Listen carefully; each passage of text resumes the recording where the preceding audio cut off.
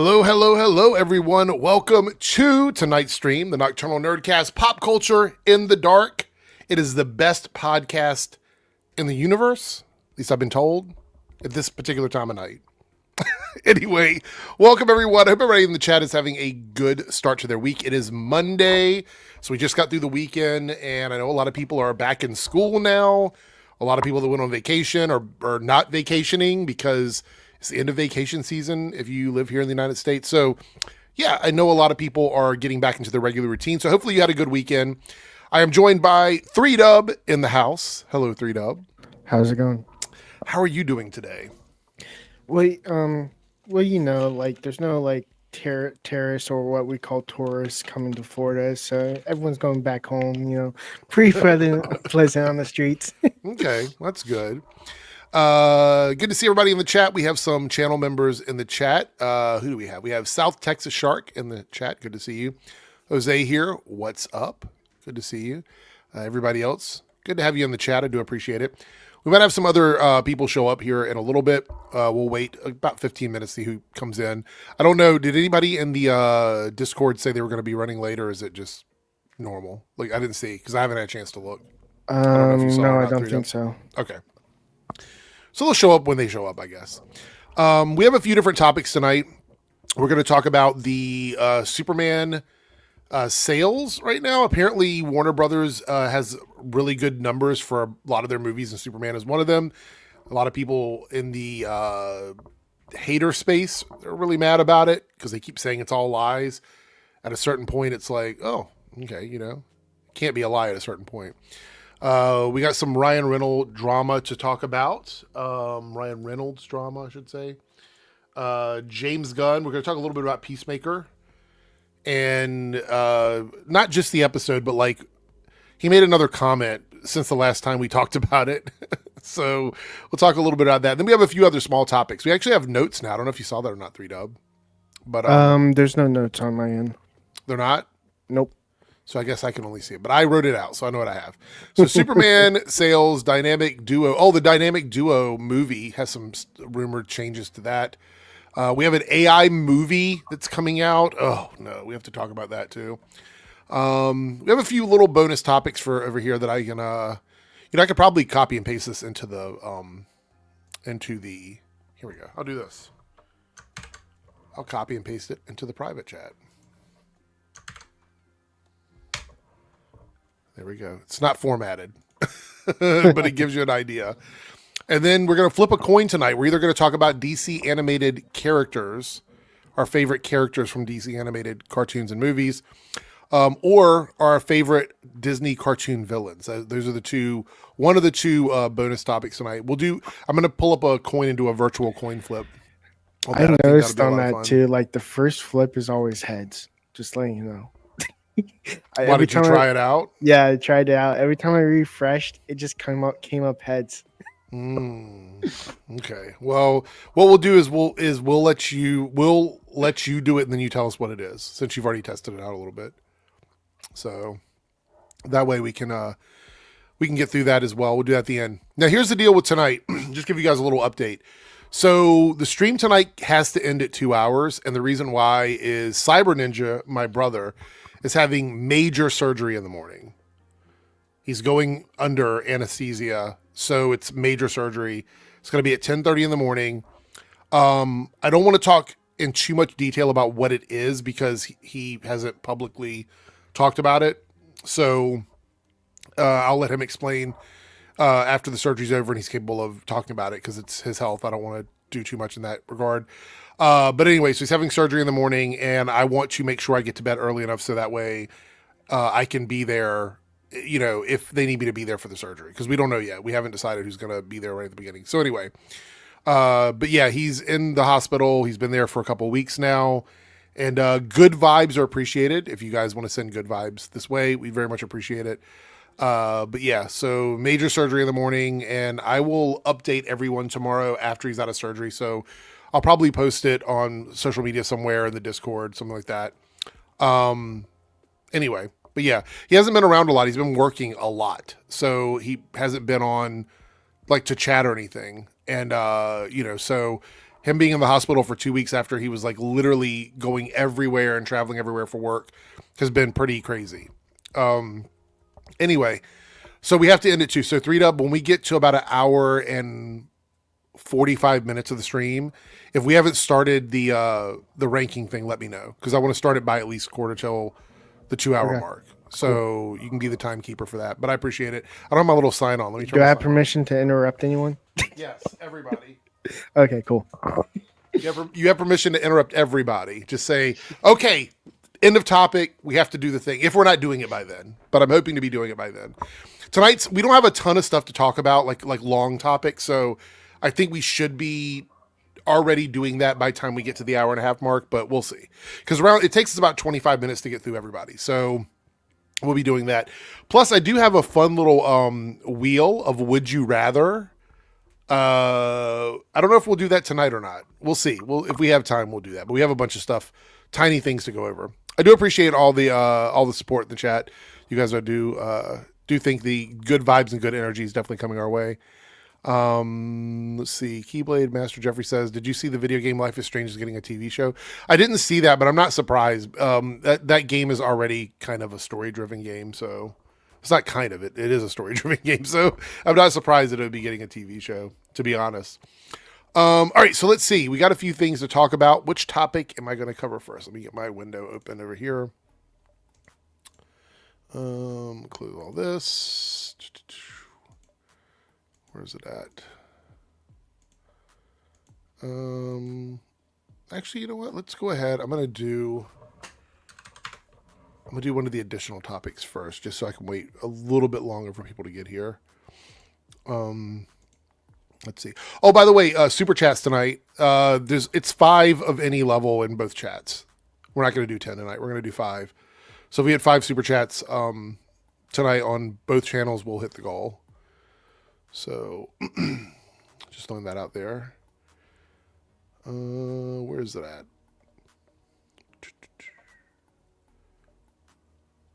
Oh, I saw this today. Let me share this.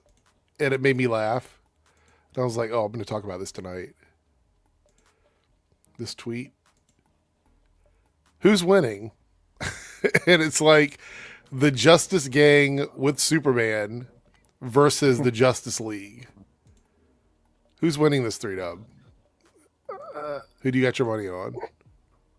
Well, I would say like the Justice League is a little dark, so they might go a little hard on this one. And I haven't seen like the whole level of Superman. Otherwise, I would go Justice Gang to despite just Snyder people, but okay. I think like realistically right now, I think Snyder. I think the Justice League would win. You think so?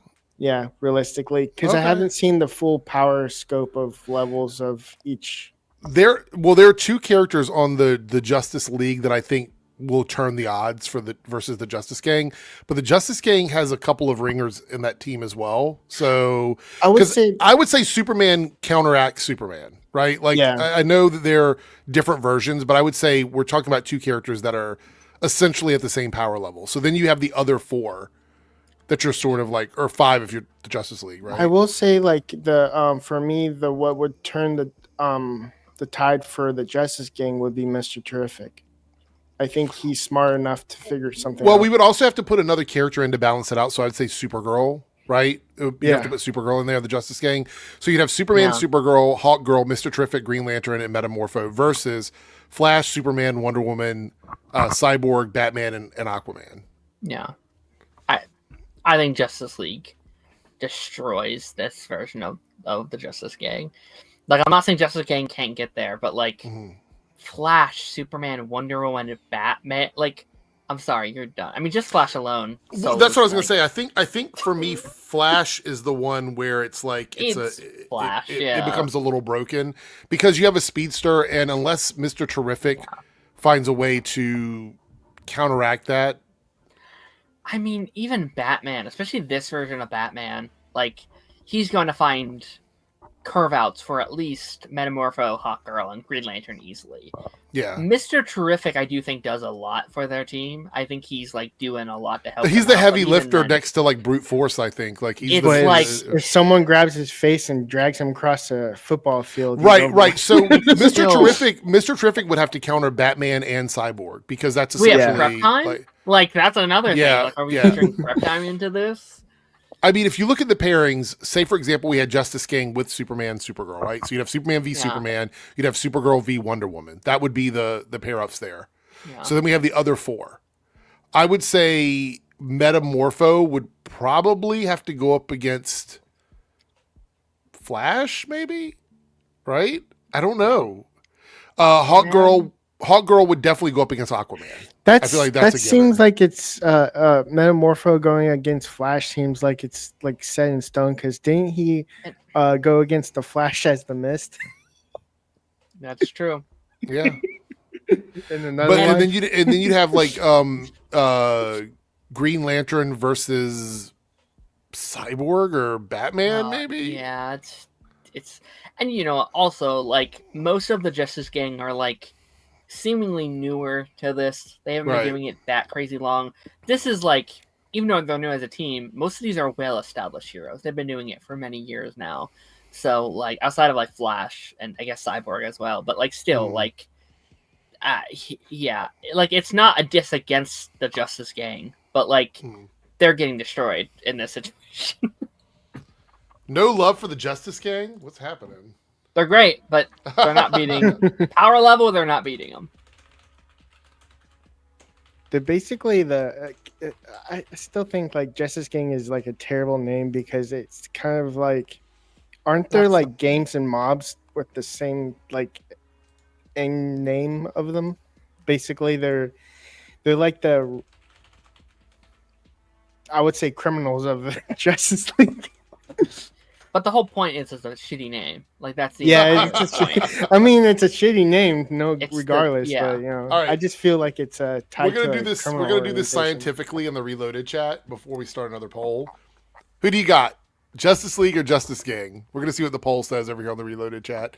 If you're watching in the Debunks room, you have an option poll already for content. If we reach the goal over there, we're going to cover one of the people that you vote on.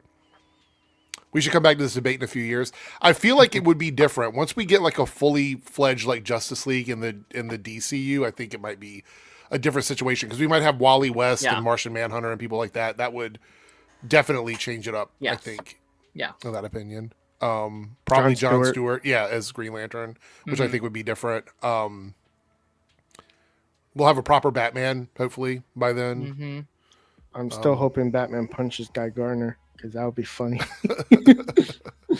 All right, so we'll wait and see what the chat says. The chat's voting right now. We'll see what happens. All right, let's jump into one of our main topics over here. And where's it at? Right here. We'll do this. So Warner Brothers is having a good year, which, look, I don't like David Zaslav, and you guys know how I feel about companies. I'm not out here standing for Warner Brothers. But I think it's really good for art. I think it's good for the creative people when studios are making money because we live in a capitalistic world. And let's be honest, these movies would not be made independently. So a lot of them are bound with these studios, which I still think actors, directors, writers should have held the line a little bit more when they were like fighting with the studios. But we're where we're at, right? So Sinners is expected to generate around 60 million, and this is just theatrical profit. So this isn't VOD or merchandise or anything like that. It is just pure profit from ticket sales at the box office. So Sinners is expected to generate around 60 million in theatrical profits for Warner Brothers. Superman, 125 million. That's kind of crazy, considering how much it's made at the box office so far. Yeah. I know a lot of people are mad about it. I saw so many videos trying to dissect it. You know, they have the whiteboard up with all the numbers going everywhere, trying to figure out like how it made the money. I want to reiterate before anybody comes in this chat or comes in the comments here, they could not release these numbers if they were fake because they would get sued into oblivion. Right? Like they have investors, they have people that they're paying. If they were faking the profits they made, it would affect the money they're paying back to people that invested in the movie. So legally, they can't lie about these numbers. So anybody that tells you they're lying, they're doing so knowing that Warner Brothers would get sued into oblivion by anyone that invested in these films if these numbers were wrong.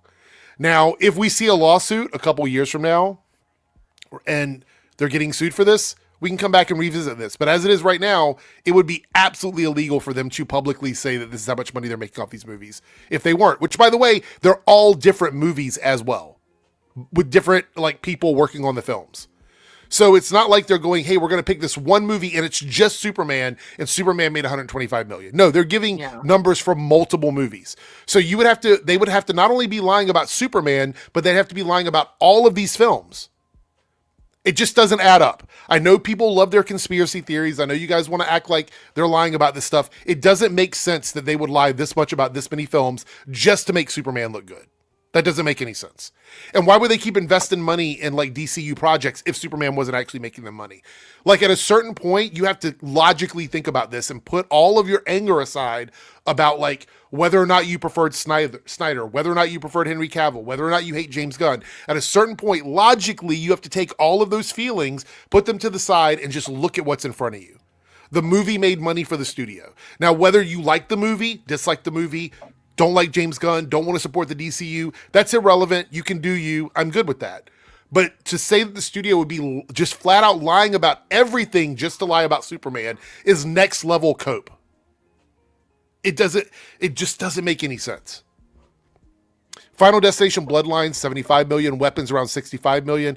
There's tons of numbers here in this article. We're not going to go through the whole thing or whatever, but there's tons of numbers in this article that I think if you wanted to go through and look at them, you could, but I just wanted to talk about it briefly because I wanted to hear what you guys had to say about it as well, because I think it's important to sort of go over this and see how everybody feels about it, because I know we said a lot was writing on it. So Anthony says it doesn't make sense if you do the math correctly, but we can't because we don't know the numbers. That's the issue, Anthony, is that estimated budgets are not actual budgets. They're estimated budgets, meaning this is what they were given as a production budget. And then what we are not privy to is what they save on that budget. And we've talked about this in great detail, whether they get some sort of incentive, tax break, some sort of write-off, something like that for filming in different places. We are not privy to that, sometimes for months and sometimes never. We never find out. So those estimated budgets are not accurate numbers for us to go on. That's why the whole rule of thumb thing doesn't make a lot of sense to me. We also don't know, like, for instance, Fantastic Four, like, how much profit they got back because of deals that they made with pizzas and other companies that use their IPs. Well, that's what I'm saying. Like there are lots of ways for them to save money. I think there was like, what was it? Fantastic Four, wasn't it like 100 and some million they saved on deals? Wasn't that the number that came out? Yeah. So we don't know these things because we're not part of the business. Yeah. A lot of armchair box office experts on YouTube are not real. It's not reality. Like I could sit here, I could make a whole channel just like everybody else, John Campia, Grace Randolph, all these people, and just look at these estimated numbers and then go, oh, 50% of that is the advertising budget, and make a whole career out of pretending like I know the ins and outs of this business. The reality is they do not. And they're entertaining. You can watch them for entertainment. And I think a lot of times it brings up good conversation. We talk about it here as well. But we have to understand that at the end of the day, we are not privy to all of the finances for these movies and studios. We're not privy to it. We don't know. And like neither does it really matter at this point either, right? Because like, you know, we talk about box office a lot, and I feel bad how much we do talk about it because I do wish we could just sit here and talk about like the entertainment version and that's it.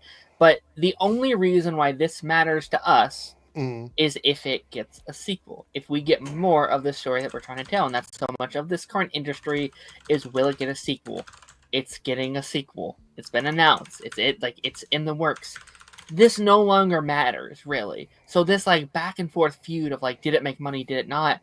If it didn't make money, it wouldn't be getting a sequel. We see that in the industry all the time. Movies don't get sequels because they didn't make enough money. So they are clearly happy about it. why does it matter? Why does it matter how much money it's making or it did make it?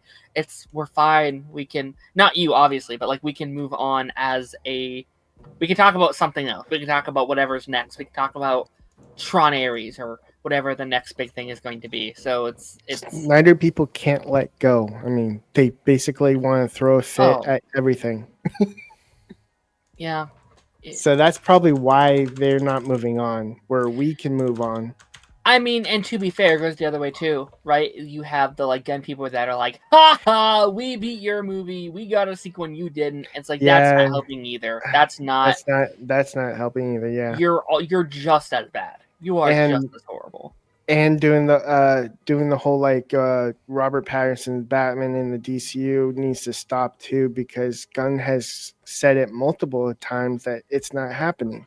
So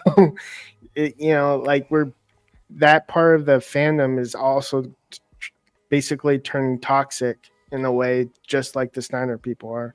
Mm-hmm. It's fine if you like. I think it's totally fine to want it to be and to want it to be an aspect. I see both sides of it. I'm not on either corner. I'm like, whatever direction they go, I'll be excited for, because I think there's benefits in both. But you are right. They are turning toxic. But then I could twist it the other way, where anyone who doesn't think it shouldn't are so passionate. It's like, no, they've said it's not, so it's set in stone. It's like, whoa, there is evidence and stuff here and there that you could point towards that maybe does go that way. So again, it's about balance. It's about reactionary. Like you just need to kind of sit somewhere in the middle where it's like, okay, like both can be valid in both directions. Yeah, I checked the article. The source is Variety, and they did an interview. I guess they called and spoke with Warner Brothers. There's a couple of financial analysts mentioned in the article. So it seems like everything's above board, which, by the way, if this article were wrong and this was like something that could hurt Warner Brothers, Warner Brothers would have made a statement against it, or they would have went after Variety for it. So these numbers they're tossing around, again, if it could hurt their business, they could absolutely talk back against it. So it seems like some people, I think David A. Gross, which is a financial analyst that they talked to about this in detail, is somebody that works in the industry. I double checked his record. He's a finance advisor. He's been doing it for years. So it seems like everything in the article is actually up above board. Let's see. Not saying they're lying, but people do illegal shit all the time. Well, Serenity, the issue is I don't know if you remember or not, but I've covered this before. Warner Brothers was actually sued for this kind of stuff back in 2016. So they've already gone to court over it. They had an issue where they paid for someone to give a positive review for their media, and they got taken to court and sued over it. They've also had some other issues with investor stuff that happened. I can't remember the exact year it was happening or whatever. Anyway, they're under a scrutiny right now. They're being watched by the government. So they would be stupid to do this. And I'm not saying you're not wrong. People do illegal shit all the time, but they've already been caught. They've already gone to court over it. It happened with PewDiePie, I think. He gave a positive review of a game, and that game landed him in court. So it wouldn't make sense for them to do it again. Could they? Yes. I don't think it's likely though. They've already been sued for it. So I feel like they would be shooting themselves in the foot by doing that, especially over one movie. That's the thing. Yeah. Over one movie. And what do they benefit from that? Not much. You don't. Yeah. We got some super chats here. King Ryburn coming in with the $1.99 super chat to get the ball rolling. I appreciate the support. Lone Wolf here with a $10 super chat. Saw can't be a cover this day. It's not confirmed, just him and Robert speculating, but heard Toby was in... Wait, hold on. I think these are two separate things. Saw can't be a cover this today, period. And then the next thing is, it's not confirmed, just him and Robert speculating, but heard Toby was in London. Could he be filming for Doomsday or Spider-Man, or just a coincidence? After what happened with No Way Home, I don't know. I don't know if he should be even discussing this, just to be honest. That's his most iconic moment. Yeah. Remember, it had his watermark on it and everything. It was pretty funny. That whole situation was funny. I quote that so much. I would not mind if Toby were in the movie, because after the reception they got in No Way Home, I think it would be fun to see them back again. I don't know if it's going to hit the same way as it did in No Way Home, because we've already seen them at this unless point. he has a scene with Hugh Jackman. Maybe. I mean, it's possible. It's possible. I think he's in. That would be awesome. Yeah. I don't think he's in. I guess he could be, but I think. I don't think he'd ever be a big role in. We said that with No Way Home, didn't we? Like he's a cameo. He's not a big role. He's in like sure, but this is yes, but you don't want to follow it up with that. And also, what's a big role in a cast of like 25 people? You know what I mean? What does that look like?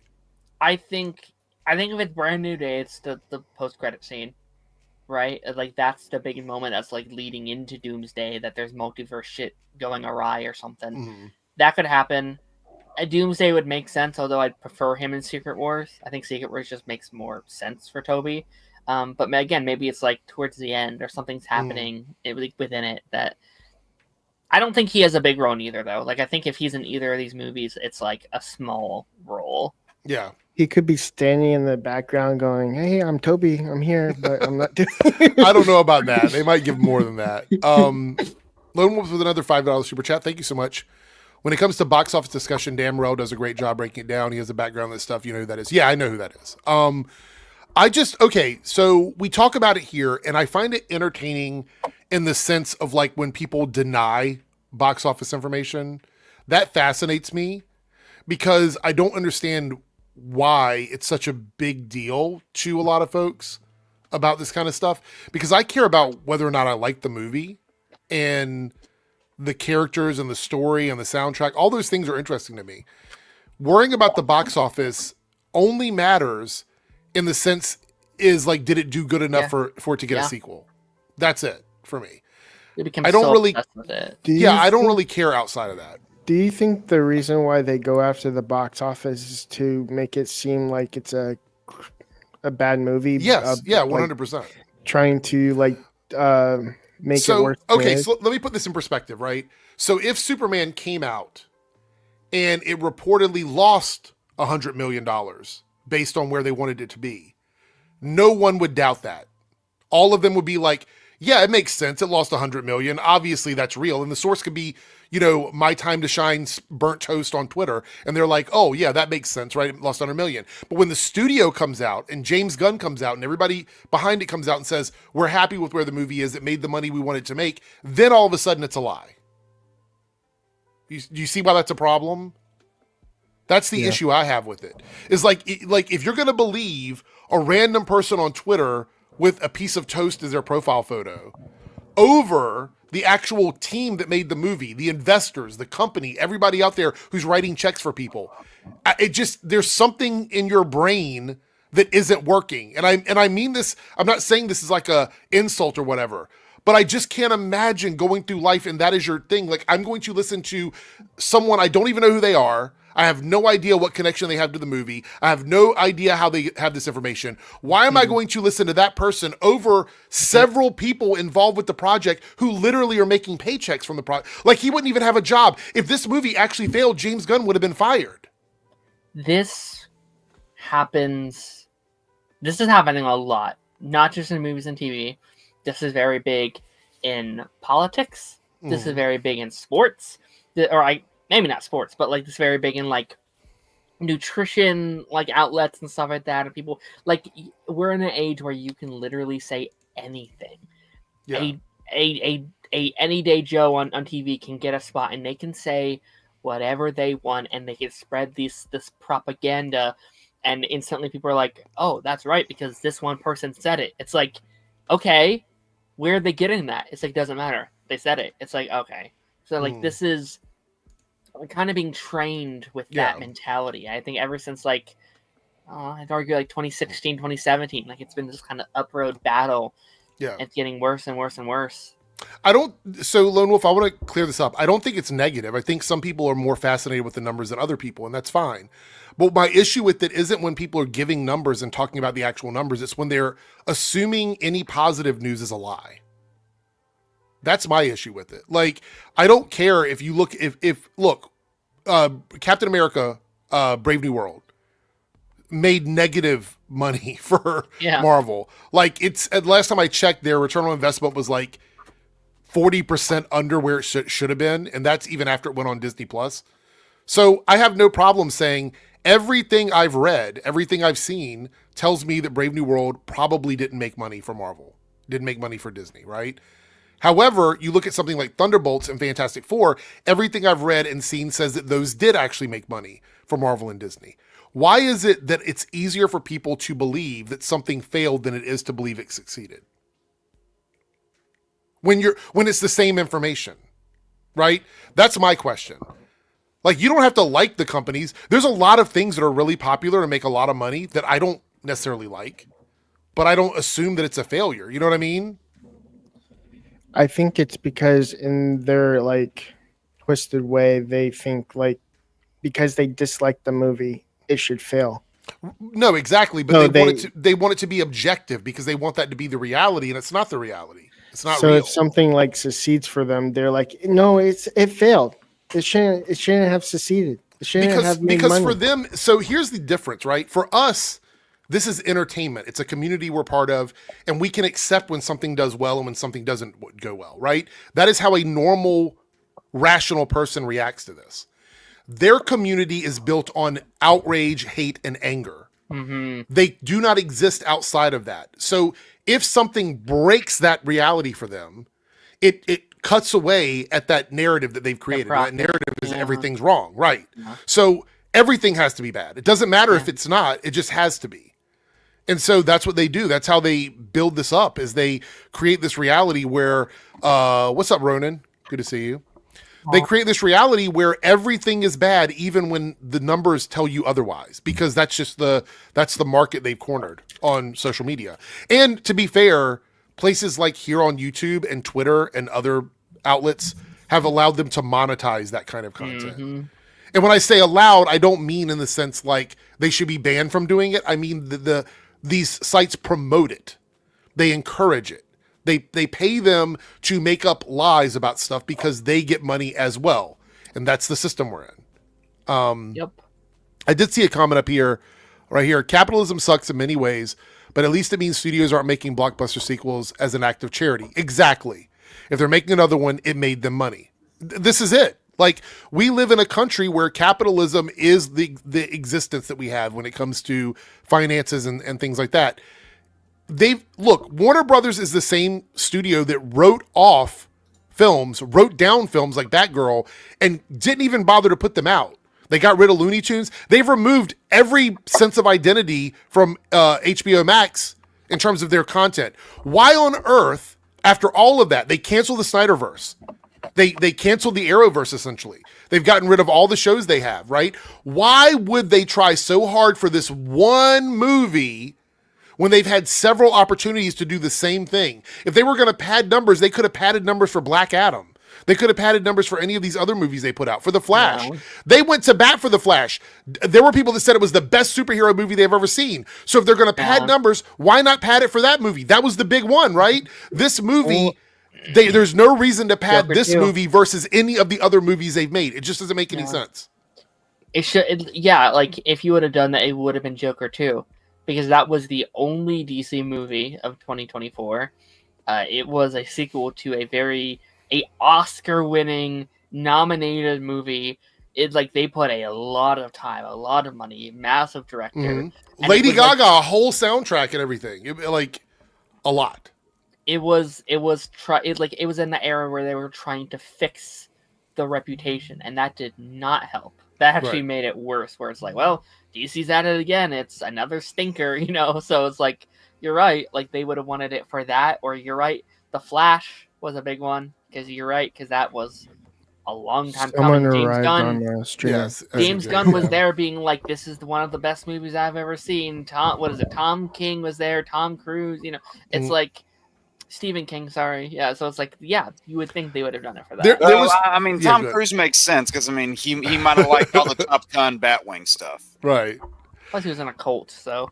Yeah. Granted, I'll say, yes, that movie has its issues, but I still think it has plenty of strong points. So, Sanju, I want to point out that I don't know if I've covered it here, but I've definitely covered it in many videos. Hollywood has an issue right now. Movies in general have an issue right now. People say superhero fatigue, but we just had Deadpool and Wolverine that did like over $1 billion, right?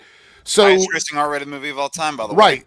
And that was just around the corner from now, right? So like when people say that, it has to be. So I'm very big on necessary conditions, right? There has to be a necessary condition in order for something to exist in a certain category. If superhero fatigue was real as a thing that's actually happening, then everything would underperform, everything would fail when it comes out as a superhero. Right. That's the necessary condition, is that superhero equals superhero fatigue. However, in the reality that I exist in, I've looked at the numbers. This has been one of the weakest box office years we've had in a while since COVID, right? Because of all that happened. And it's actually lower than it was last year, meaning that all movies across the board have done less. So I think we need to stop. Like, I think it's unproductive to exist in a space where it's like, yeah, superhero fatigue is a real thing, instead of just addressing the problem that there's an issue with theaters in general right now, because we're not going to fix the problem putting a Band-Aid on one cut when you've got 1 million cuts. You know what I mean? That doesn't make any sense. I mean, that, but I also think Gunn probably put it in as good of a statement as he could. And granted, people can take the quality of these projects and like they can debate them all they want, but I do agree with Gunn's statements where he goes, people aren't tired of superhero films. They're just tired of mediocre ones. Yes, I agree with that. Lately we've Films had in general. We've had a lot of mediocre ones. Yeah. And I think if there's anything, I'd even argue to say MCU fatigue to an extent, because like they've been more guilty of that. Yeah, like I think like that's the thing I'm seeing a lot of people, because people flock to Superman. Like there's a huge audience for Superman. It's doing well. There's, like Deadpool and Wolverine worked so well because, let's be honest, it's Hugh Jackman coming back for the first time in almost 10 years. Guardians 3 did well because it's Guardians. It's his own separate thing. But when you look at like Captain America and Fantastic Four, even though that was different, it still kind of felt MC. So it's like, I think those are people who are like, dude, I haven't watched these movies in 5 years. I'm out of that. I think it's less fatigue and more complacency. Does that make any sense? Yeah, like I think and the quality, and the feeling of a disconnect. Yeah, I think we use fatigue. And there's nothing wrong with like trying to connect that to it. I think that's fair. I think it's more complacency. And I said this on one of my other videos where I believe that the issue is after Endgame, I think there was a big chunk of people that had invested a long time in Marvel that were like, I can chill, right? I can just chill now, right? Yes. I'm just going to pick and choose what I want to watch, and I'm not going to rush out to see anything because we did the big thing. And if you look at the MCU, if say, for example, we subtract 4, 5, and then 6, right? These phases or whatever. Endgame is a ending for that, right? Like you could walk away from that and go, that was a full ride for a decade, right? Yeah. You could do that. And I think that's where the complacency sort of started. And I think what happened is, and we'll have to see where we go with like, Doomsday and Secret Wars. I think that Marvel as a studio got comfortable and didn't think about complacency when they were putting things out, because we got a Rolodex of characters. I know that dates me. Nobody knows what the fuck a Rolodex is anymore. We got like 40 to 50 characters in Marvel that were only in one thing during phases 4 and 5, and we never saw them again. There's also a difference between, the novelty of watching each of these movies back in the day during the first 3 phases, where like you can debate the quality of each one all you want, but it brought people together each time, and like they felt like cultural things, versus now you can only get that. And I kind of hate the fact that this is becoming kind of the norm, but the only ones that really draw people together now, I think we're breaking away from that mode a little bit, are these big event ones like No Way Home, your Deadpool and Wolverine, and not each of these things feeling like a cultural assembly like they used to. Yeah, like I think. Go ahead there. I'm going off on a different tangent, so go ahead. So like I've told the boys that like I have always thought that like, and Red Letter Media even said this as well, that like as soon as Endgame ended, they should have just stopped, just wait a few years and then come back and let that hunger spice up again. People will be like, oh yeah, you know what? Let's go back to Marvel and see what's happening after the big bookend of an era. And I mean, that's what I always say. That's besides Hugh Jackman coming back, it's one of the reasons why Deadpool Wolverine did so good because that was the only Marvel movie that year. That was it. Yeah. And to be fair though, like not to cut you off, but to be fair, I just had to double check. We had Far From Home after Endgame, which did really well, and then everything after that was COVID era. Yeah. Well, They that's what I should have was taken a say. break with the COVID era. They did. You didn't have a billion one again until the next Spider-Man. I think that was almost the issue because you did take a break. You had nothing to kind of build on the momentum of it. And at first it was really good. You had like WandaVision, which was great. But what had happened, you went nothing. People went out of the habit. And now what you're throwing it up is like, ugh, like 2021 was like every month, movie, show. And that led into 2022, movie, show. And people, they couldn't keep up. They're like, guys, this is too much. I have 5 kids and I have a job and I have friends. I don't have time to see a Marvel movie. Sometimes every couple weeks. Sometimes like they were overlapping. You would have a show and a movie going on at the same time. It was like that was what I think the issue is if you look at the movies that came out during the COVID era. Let's take a look at the 3 movies that I remember specifically: Black Widow, Shang-Chi, and the Eternals, right? Spider-Man. Well, Far From Home, right? Or No Way Home. Talking about No Way Home. Yeah, but I'm not talking about the end of those movies came out during the peak of like the main few years. Yeah, those movies came out when theaters were literally locked down. I remember wearing a mask to go see Shang-Chi. Yeah, because I can tell you right now, Black Widow was 2021, Shang-Chi was 2021, and Eternals was 2021. Then the end of 2021 is when No Way Home came out, and that was when a lot of the restrictions went away in December of that year. So and that didn't help people either. Whereas like you can only watch this movie over a paywall like online. Right. Where it's like some people weren't doing that. They're like, well, I'm either going to a movie or I'm not at all. And obviously, I actually think people decided to risk their health to go see Spider-Man. Yeah. I think a lot of people risked. I'm being serious. Like I think they did. Right. Because the thing about it is you had 3, well, at least 2 of the 3. I'm gonna turn my fan on. I'm really hot now. 2 of the 3 movies that came out during the COVID lockdown period, where like theaters were shut down, which were those 3 that I mentioned, the first 3 of those. They came out when 2 of those were new IPs. Like you had Eternals and you had Shang-Chi, which people aren't. It wasn't Iron Man 4. You know what I mean? It wasn't like that. So I've said it that like out of those 3, the only one that I really like is Eternals. Yeah. I will die on the hill of the Eternals as a misunderstood movie. I love I adore that movie. I at least appreciate that it isn't one of those that, feels kind of reminiscent of some more recent movies that has that directed by committee feeling. That feels like Chloe Zhao's movie. And it is 100% there. And like I love that you said that about Eric about like how people were risking their health for No Way Home. I think a big part of that was because it was gonna be a cinematic like event, and also leaks were just going out the wazoo the months leading up to it. And it's like, all right, let's just get this out of the way and just watch it before we turn on our phone and then social media starts blurring out faded pictures and whatnot. And then also you look at what happened with No Way Home and it compares it to Tenet. Tenet dropped in the middle of COVID, like during that first year or 2, I think. And people were like, "Fuck that! We're not risking it." And like, we love you, Nolan, but like, and I felt bad because that was the only Nolan movie I've missed since I became a fan of it. That's the only one I missed in theaters. Well, the thing that brought people to the theater too for Spider-Man, not only was it one of those big events, and yes, leaks were going everywhere, but there was nothing official that said, "Hey, these guys are in our movie." There was nothing official. Like we all pretty much knew, but we hadn't seen anything. So it was a big maybe. I also think you contrast that to something like I hate to use this example, but it's the only one I can think of.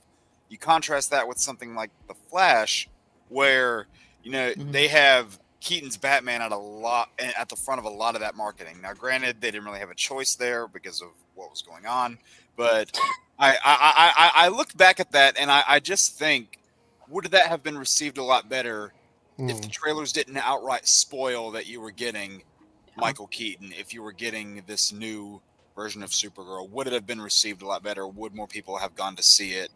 Or the small maybe on opening weekend, but I think it would have still flopped after that. I think it would have probably done bad yeah. after that. By the way, I did the poll, and 26% people in the chat think the Justice Gang could beat the Justice League. So, ooh, I Great like Justice that. League. I like that. Like Snyder's? DCEU. Yeah. I like the Snyder cut, but I would again, if I was a betting man in Vegas, I'd be like, all right, Justice Gang, do your thing. I mean, Really? One of those teams has a speedster that can reverse time, and that was my thing. Yeah, that was what Speedster, I was thinking. Wonder Woman, Batman, Cyborg. I love the Justice Gang, but I think we're giving them a funeral. I think statistically, sure that JL might take him, but I would still back the gang. I'm like, all right, surprise me. Oh man, pull a game 7 win, man. I don't know. Are we doing like death battles? Because then like Flash. That's a good. Now I want to see like Hawk Girl versus Wonder Woman or something. Oh, no. I mean, granted, that Hawk Girl would get her ass kicked, but Oh god, from yeah. what we've seen so far, I feel like at least. But someone made the best comment when we made it. It was like, let's readjust in like 5 years and then have this conversation again. And I'm like, yeah, that's fair. Yeah, good. Because by then, like you'll see what Supergirl is like. Because like you already saw her in the Peacemaker shot. You'll have your Jon Stewart, which is going to be twice the amount of lanterns that the Snyder Cut Justice League had. Right. Even though they almost had Stewart. It's crazy how many times we've almost gotten a version of Jon Stewart, and now we're finally getting it.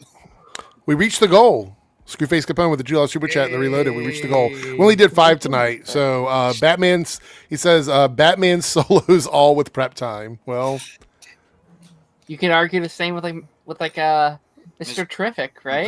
Yeah, I was gonna say, like give him a couple hours. I bet he could come up with some great stuff. Naruto here with the $5 super chat says, saw Hamilton today and got a haircut. Hamilton started with 20 minutes of interviews. It was good. I'm planning on seeing that as soon as I can. There's a theater about 4 hours away from me, and I'm guessing they still have some seats available. A friend of mine is going to look into it. I want to see it though. I want to see it. I've seen it on stage before. I want to see it in the theater. So our theater isn't doing it. Let me tell you one thing that really annoyed me. I was supposed to get a beard trim and a haircut last week, and they had my times wrong. So they called me and they were like, oh, you missed your appointment and blah, blah, blah. I'm like, wait, hold on. You screwed up.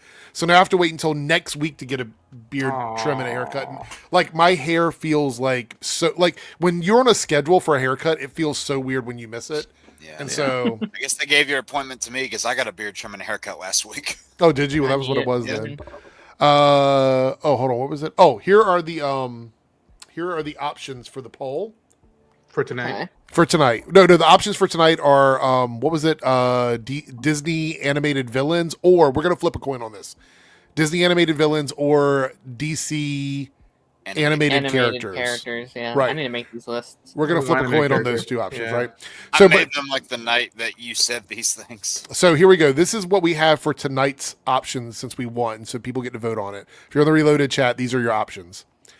Top 5 worst movie titles of the 90s. Oh.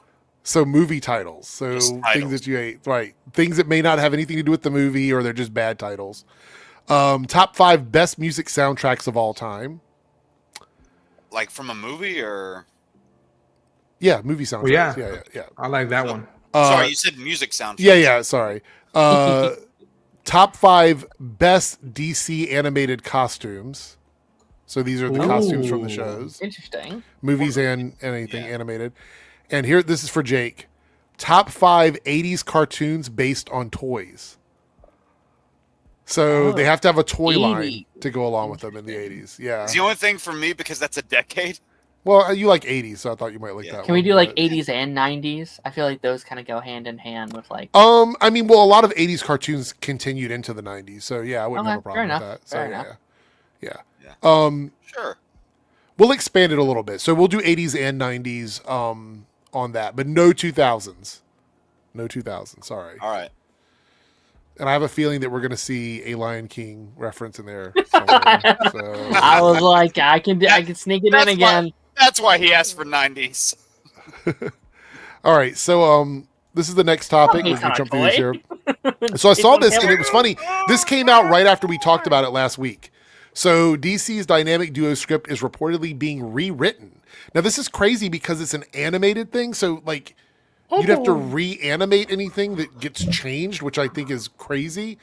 The disaster artist writers Scott Neustadter and Michael H. Weben are now working on it.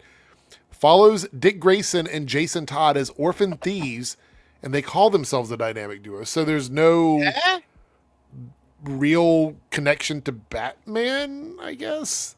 It's Elseworld. DCU? No. This can't be DCU. It's Elseworld. But it's a Matt Reeves and James Gunn project. So it's Matt Reeves' Sixth and Idaho companies producing it. Yeah. Matt Reeves has been overseeing everything Batman. Hey, Crusader. Years. I Yeah. think Yeah, I think this is Elseworld. This is his own thing. They're just kind of, I don't know. Initially, I heard this was part of the DCU, but it could be wrong. I remember like the first statement was like undecided, and that made me a little scared. I was like, why? It's like, Right. did you know Like, that from the it didn't beginning? jump? have, Clayface. like when the picture of it got announced, it didn't have the DC Studios label on it, which is why I when I did that video on it, I didn't say it was part of DCU because it didn't have that label down there. So Yeah. I'm like, this is probably Elseworlds. Yeah. Also, I'm sorry, I can't stand that. What is that? Like that achy breaky heart Nightwing costume. I know that has its fans. I'm not one of them. What? You don't like the disco costume? Eh. Oh, I love that costume. I love that. It's George Perez, if I'm not mistaken. I mean, Yeah, it is George Perez. You're I'm right. glad that look has its fans. It's just not for me.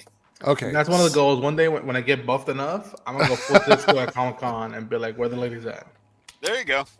I think it'll work. I think it'll work for you. Yeah. All right. The next bit is kind of sad news. I saw this today and I was like, we're not gonna spend a lot of time on it. Maybe we will. It depends on how everybody feels about it. But since it came from Wall Street Journal, I know it's a real thing. And that's what makes it a little bit more upsetting is OpenAI confirms they're helping make an AI-generated movie called Critters. The goal is to finish production in 9 months, which, by the way, that's a lot longer than a regular movie. So I don't even know. What's the point? Yeah. They're giving them a budget of $30 million for what? You can do it all for free. They're going to debut the film at the Cannes Film Festival. Paddington 3 writers penned the script. That makes me so sad that they're involved with this. They're now casting voice actors. RIP to whoever joins this project as a voice actor, because you're going to make a lot of like villains in the industry. Art will be fed into ChatGPT-5 and other image models. And their quote is, "Critters reflects the kind of creativity and exploration we love to encourage." I have a feeling I know what type of actors are going to be working on this because they're probably actors right now who don't give a fuck on a lot of important stuff. Yeah. And I'm like, yep, this is gonna be a good paycheck for you. And I'm like, God damn it. All right, Nicolas Cage, I get wonder in if here. they're.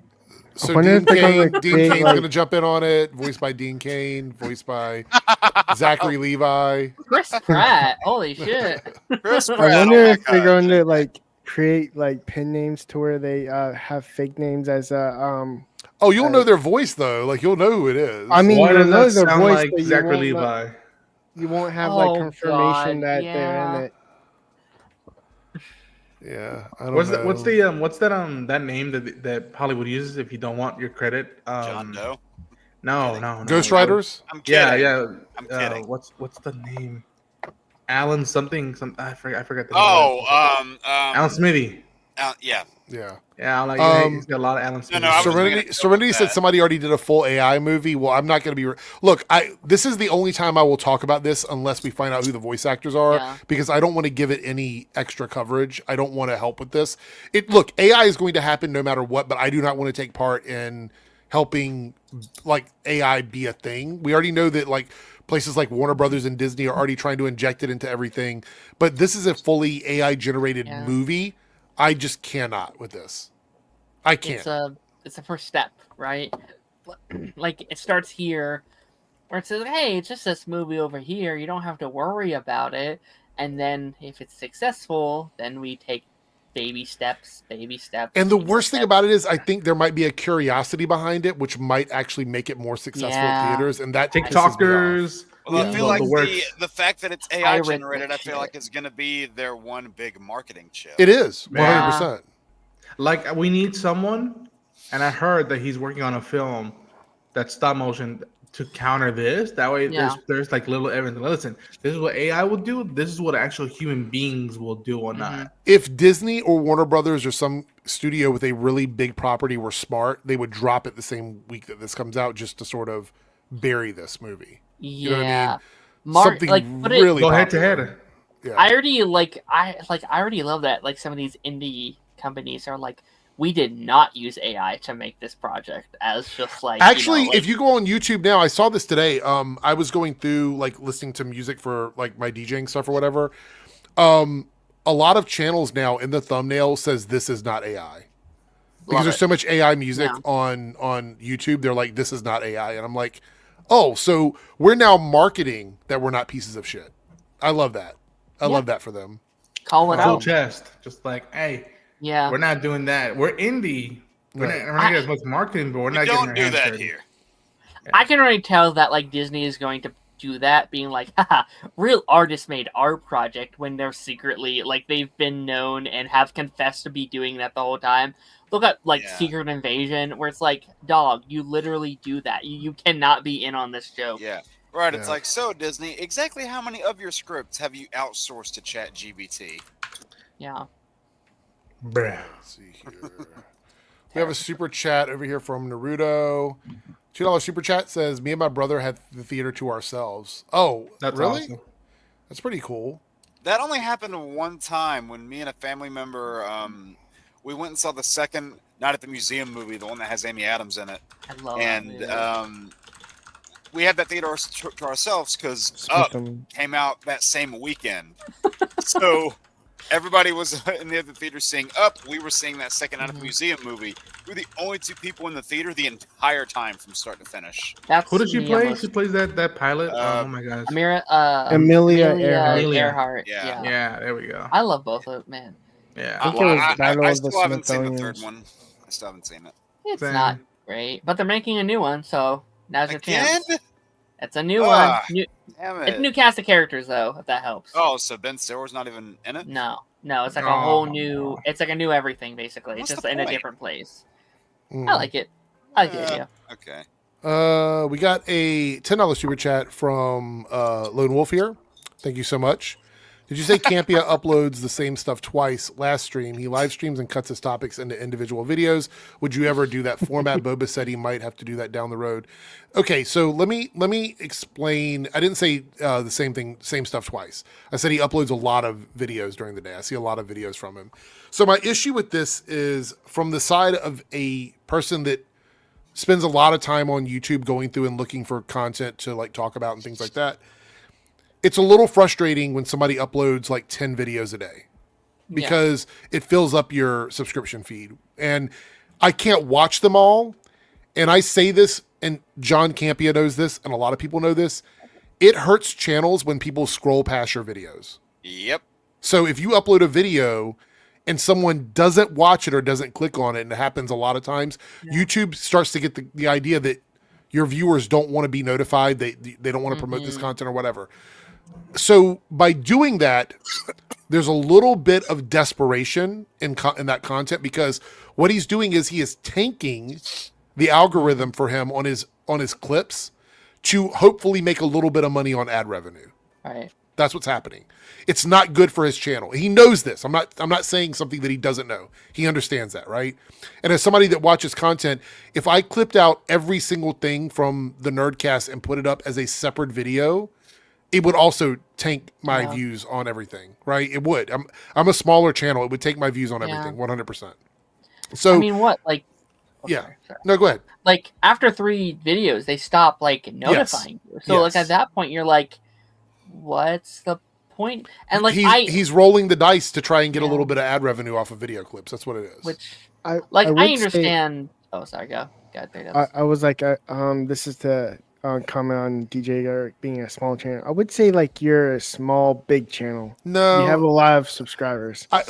Yes, I've got like 23,000 subs, but in the YouTube algorithm, that's a tiny channel. Like it's not a big channel at all. Plus, it's also not indicative to the activity because you can have a lot of subscribers and have dead numbers. Yeah, I appreciate you trying to hype it a little bit, 3Dub, but it's like I'm just trying to give you props. Well, look, I've already accepted that YouTube doesn't like me. I've already accepted that, right? So, like, everyone in my orbit that I ever aligned with back in the day, their channels blew up and YouTube was like, fuck this guy. So, I mean, like, that's just the way it is with YouTube and me. I understand. It's an abusive relationship.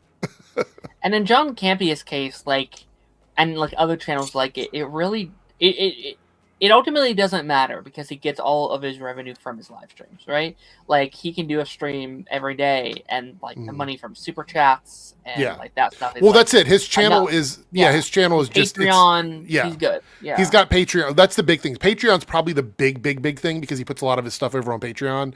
He's making a lot of money on Patreon, so he's just trying to get as much as he can off of uploading clips or whatever. So the reason why I would not consider doing that, or I actually have two thoughts here. Number one, I don't want to spam people that are subscribers of my channel with a bunch of clips. I think that's wrong. I don't like it. I think it's like anti-viewer to spam you with that much stuff. Secondly, if I wanted to do that, I would actually create a clip channel. It would just be Nerdcast clips or something like that, and I would upload clips from the Nerdcast. That would bypass the YouTube system where it would negatively affect my channel because of that, and it also wouldn't spam people up that don't want to see a ton of clips. And I might do something like that down the road, possibly, but I would never ever turn my Reloaded channel into that. If you're talking about that, my Debunks channel, I do daily videos over there, but over here on the Reloaded channel, I would never ever like clip out the Nerdcast and just upload a bunch of stuff. That's just my personal opinion. He can do what he wants, though. He understands how it works. He's done the math. He thinks it's worth it for him to do it, so he can do that. Not for me, and good luck to Boba for doing it. I think his channel is doing really well, and to do that would definitely hurt his channel. I think it would definitely hurt his channel. I'm very picky because I like doing my main videos, but I know that right now, sadly, we're in the like low attention span where like TikToks and shorts are the way of the land. And so I have to wait usually, let's say I do a reaction to Peacemaker. I'll wait about an hour and drop a shorts like version, just like a few seconds like of like what happens on my reaction.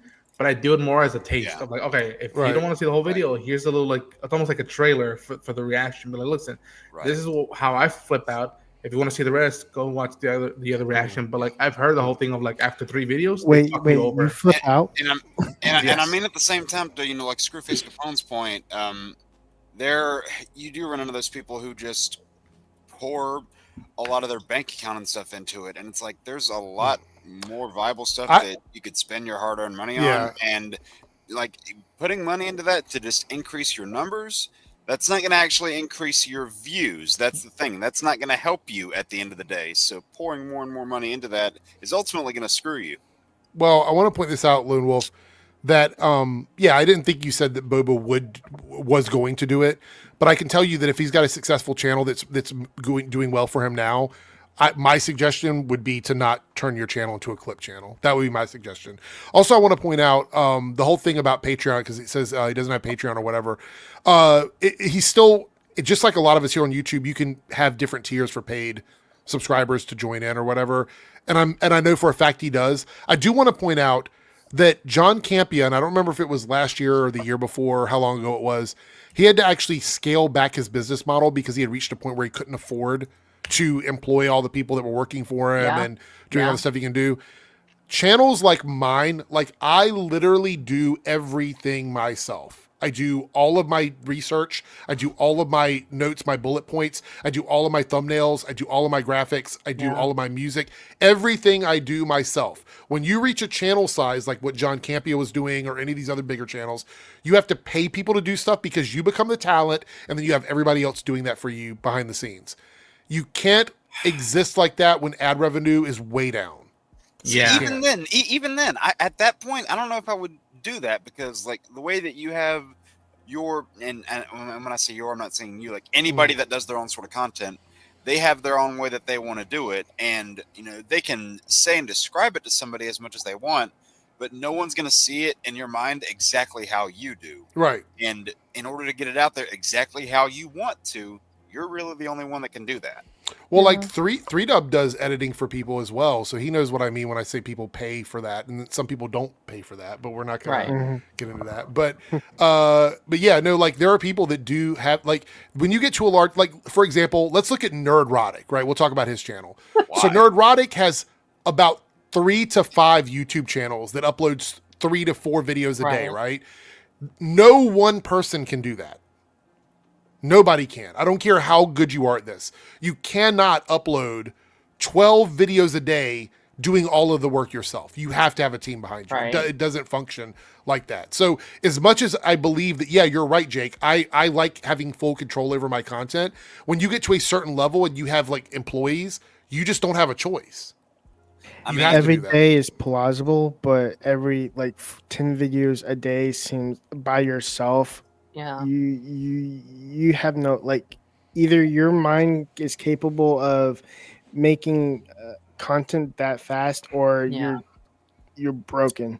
Well, to your point, Eric, you say that it's not feasible whenever you get to that point. That's why there are a lot of people that I know that are in like I'm in that game as well. I won't say that I'm not, to where like I'm just happy with as far as I get into it. And anything that I'm able to put out there is something that I enjoy, and it's not really so much of get to this point and then we'll be able to do it like this. It's like no, if I only go into this with that in mind, then everything that is made from the process of getting from A to Z is going to feel disingenuine, and I can't stand people who just put the first. I'm gonna let Darren talk as well though. But the first interview that I did with Darren, or I don't remember if it was on my channel or his channel, we talked about that, and I think we both agreed that we were just very happy with the community that we had. Of course, I would love for my channel to grow, but at the same time, I don't take everybody in the chat right now, people that are super chatting, that are here hanging out, all of you guys here with me chatting or whatever. This wouldn't work without the people that we have here right now, and I don't take any of that for granted. I think all of that's important for me. Just to like play on that a little bit, like we have such a good community, and just all of our channels that's here right now kind of share a lot of the same community, and I love that. Like I will see a lot of the same people in your chat, that's in my chat, that's in Jake's chat, that's in Ronan's chat, that's in Jordan's chat, and that's so cool that they can kind of like travel us day to day, being like, oh, hi again, you know, just like this kind of daily thing. And like they are like such a loyal little community that have just like stuck in this little like almost like a cast of like a TV show where it's like, oh yeah, just time to go to this one. So it's shout out to you guys for real. And it's great when the lore like carries over. The lore will carry over. Yeah, that's always fun. And they know the vibes. They know the distinctive vibes from each show. How one show is different from completely from the other. Yeah, like they see all the different ones, and then whenever like they get a couple people together, like whether it's 4, whether it's 3, whether it's 2, they already know how those people are individually. Chances are they've seen them on the same screen before.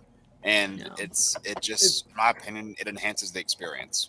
It's kind of funny to see the like differences in how we all like come about like DC and Marvel projects. Like you guys like talk about the things you love.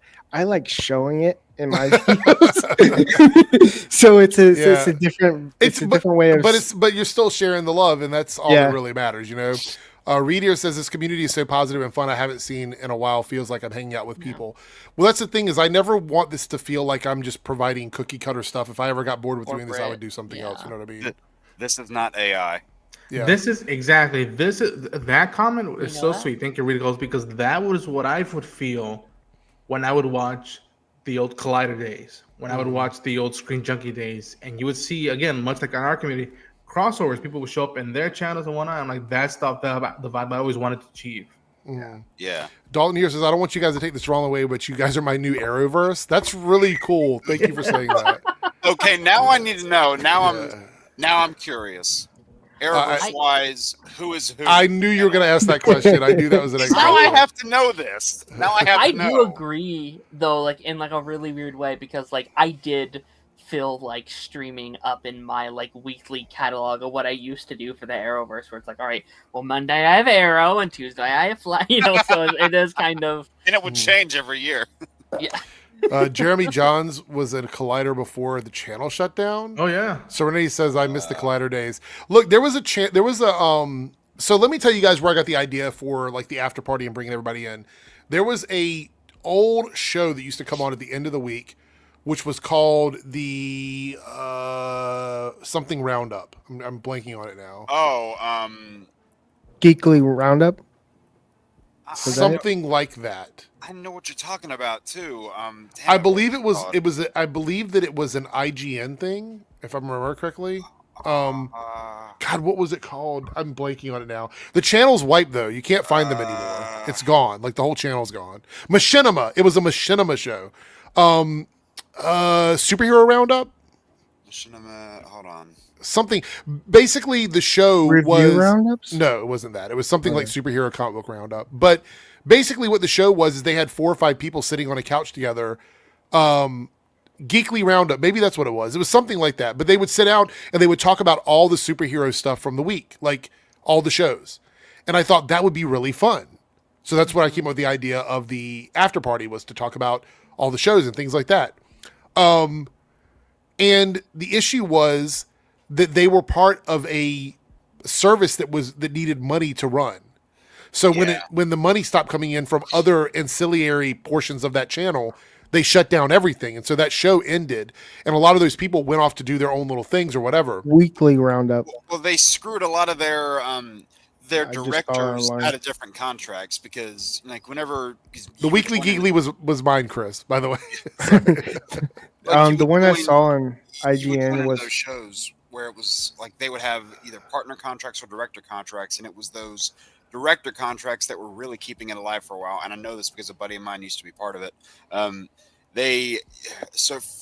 just going to give like a brief synopsis. For a partnership contract, you just joined their MCN, like their multi-channel network. So your views under your videos are paid under their channel. Right. They own yours. I mean, they don't really do anything with it, but the money from your channel went into them, and then they paid you out of that. Right. Whereas a director would actually have a show or a series on their own channel, and they pay differently for that. You would get paid based on what you make there. And a lot of times you would have people that would take their thing that they would do on their own channel, and then instead they would release it as under Machinima's name, and sometimes that would help or hurt people. Pagey was in the chat last stream. He just hasn't been on the streams, but he's around. Whenever we get to do a weekend stream, he said he's 100% able to do it. Pagey's just got a lot of stuff going on in his day-to-day life. I don't even know if he's still uploading to his channel, to be honest. I haven't been there in like forever.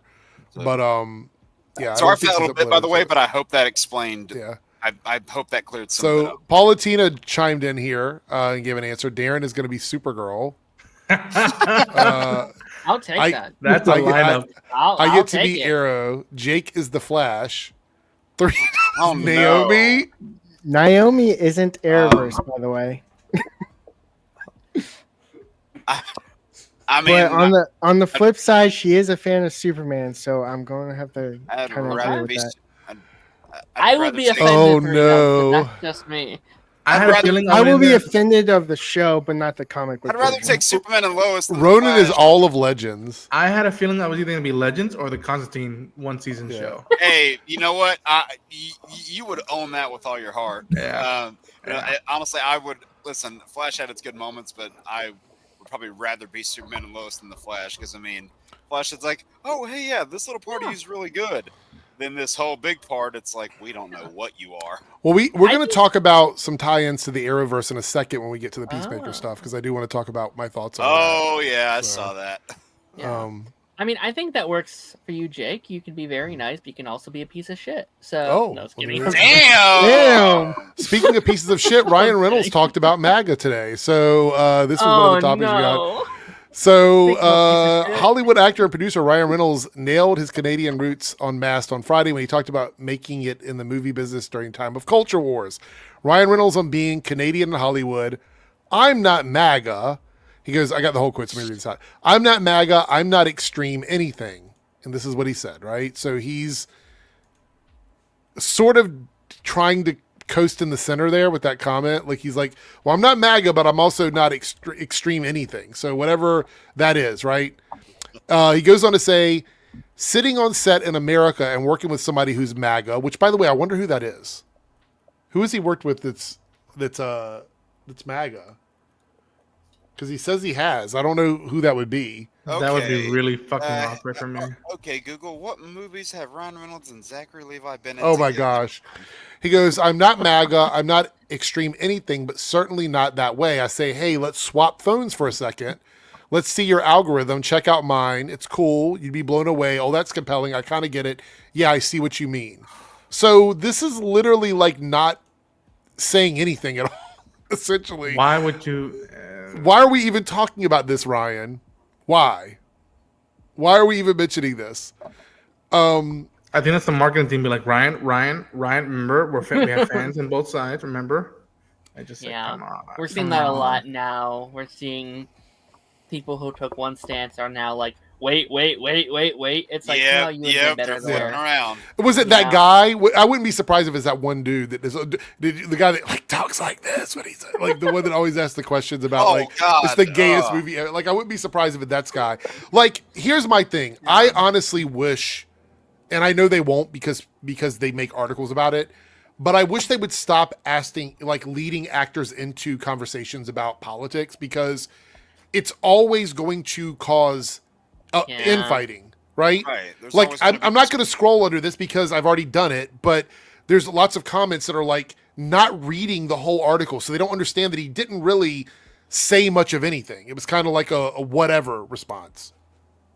Oh, yeah, and like you would think they would bring it up only when, like, let's say the set project is dealing with similar topics. Yes. Like I know there was this clip blowing up now about, I think it was Andrew Garfield, Julia Roberts, and Ayo. I forget her full name, but she's the actress from The Bear. Oh yeah. And they were talking about the Me Too movement and all that stuff, Mm-hmm. and how from what I had gathered, the reporter had excluded Ayo from the question. It's just like, why would you exclude her from the question? Yeah. And it's just like if the project is dealing with that, then like I for Eddington when that was in the festival, it makes sense people brought it up because it's dealing with that shit right there in the heart of it. Ayo Edeberry, thank you, Cam D'Amelio.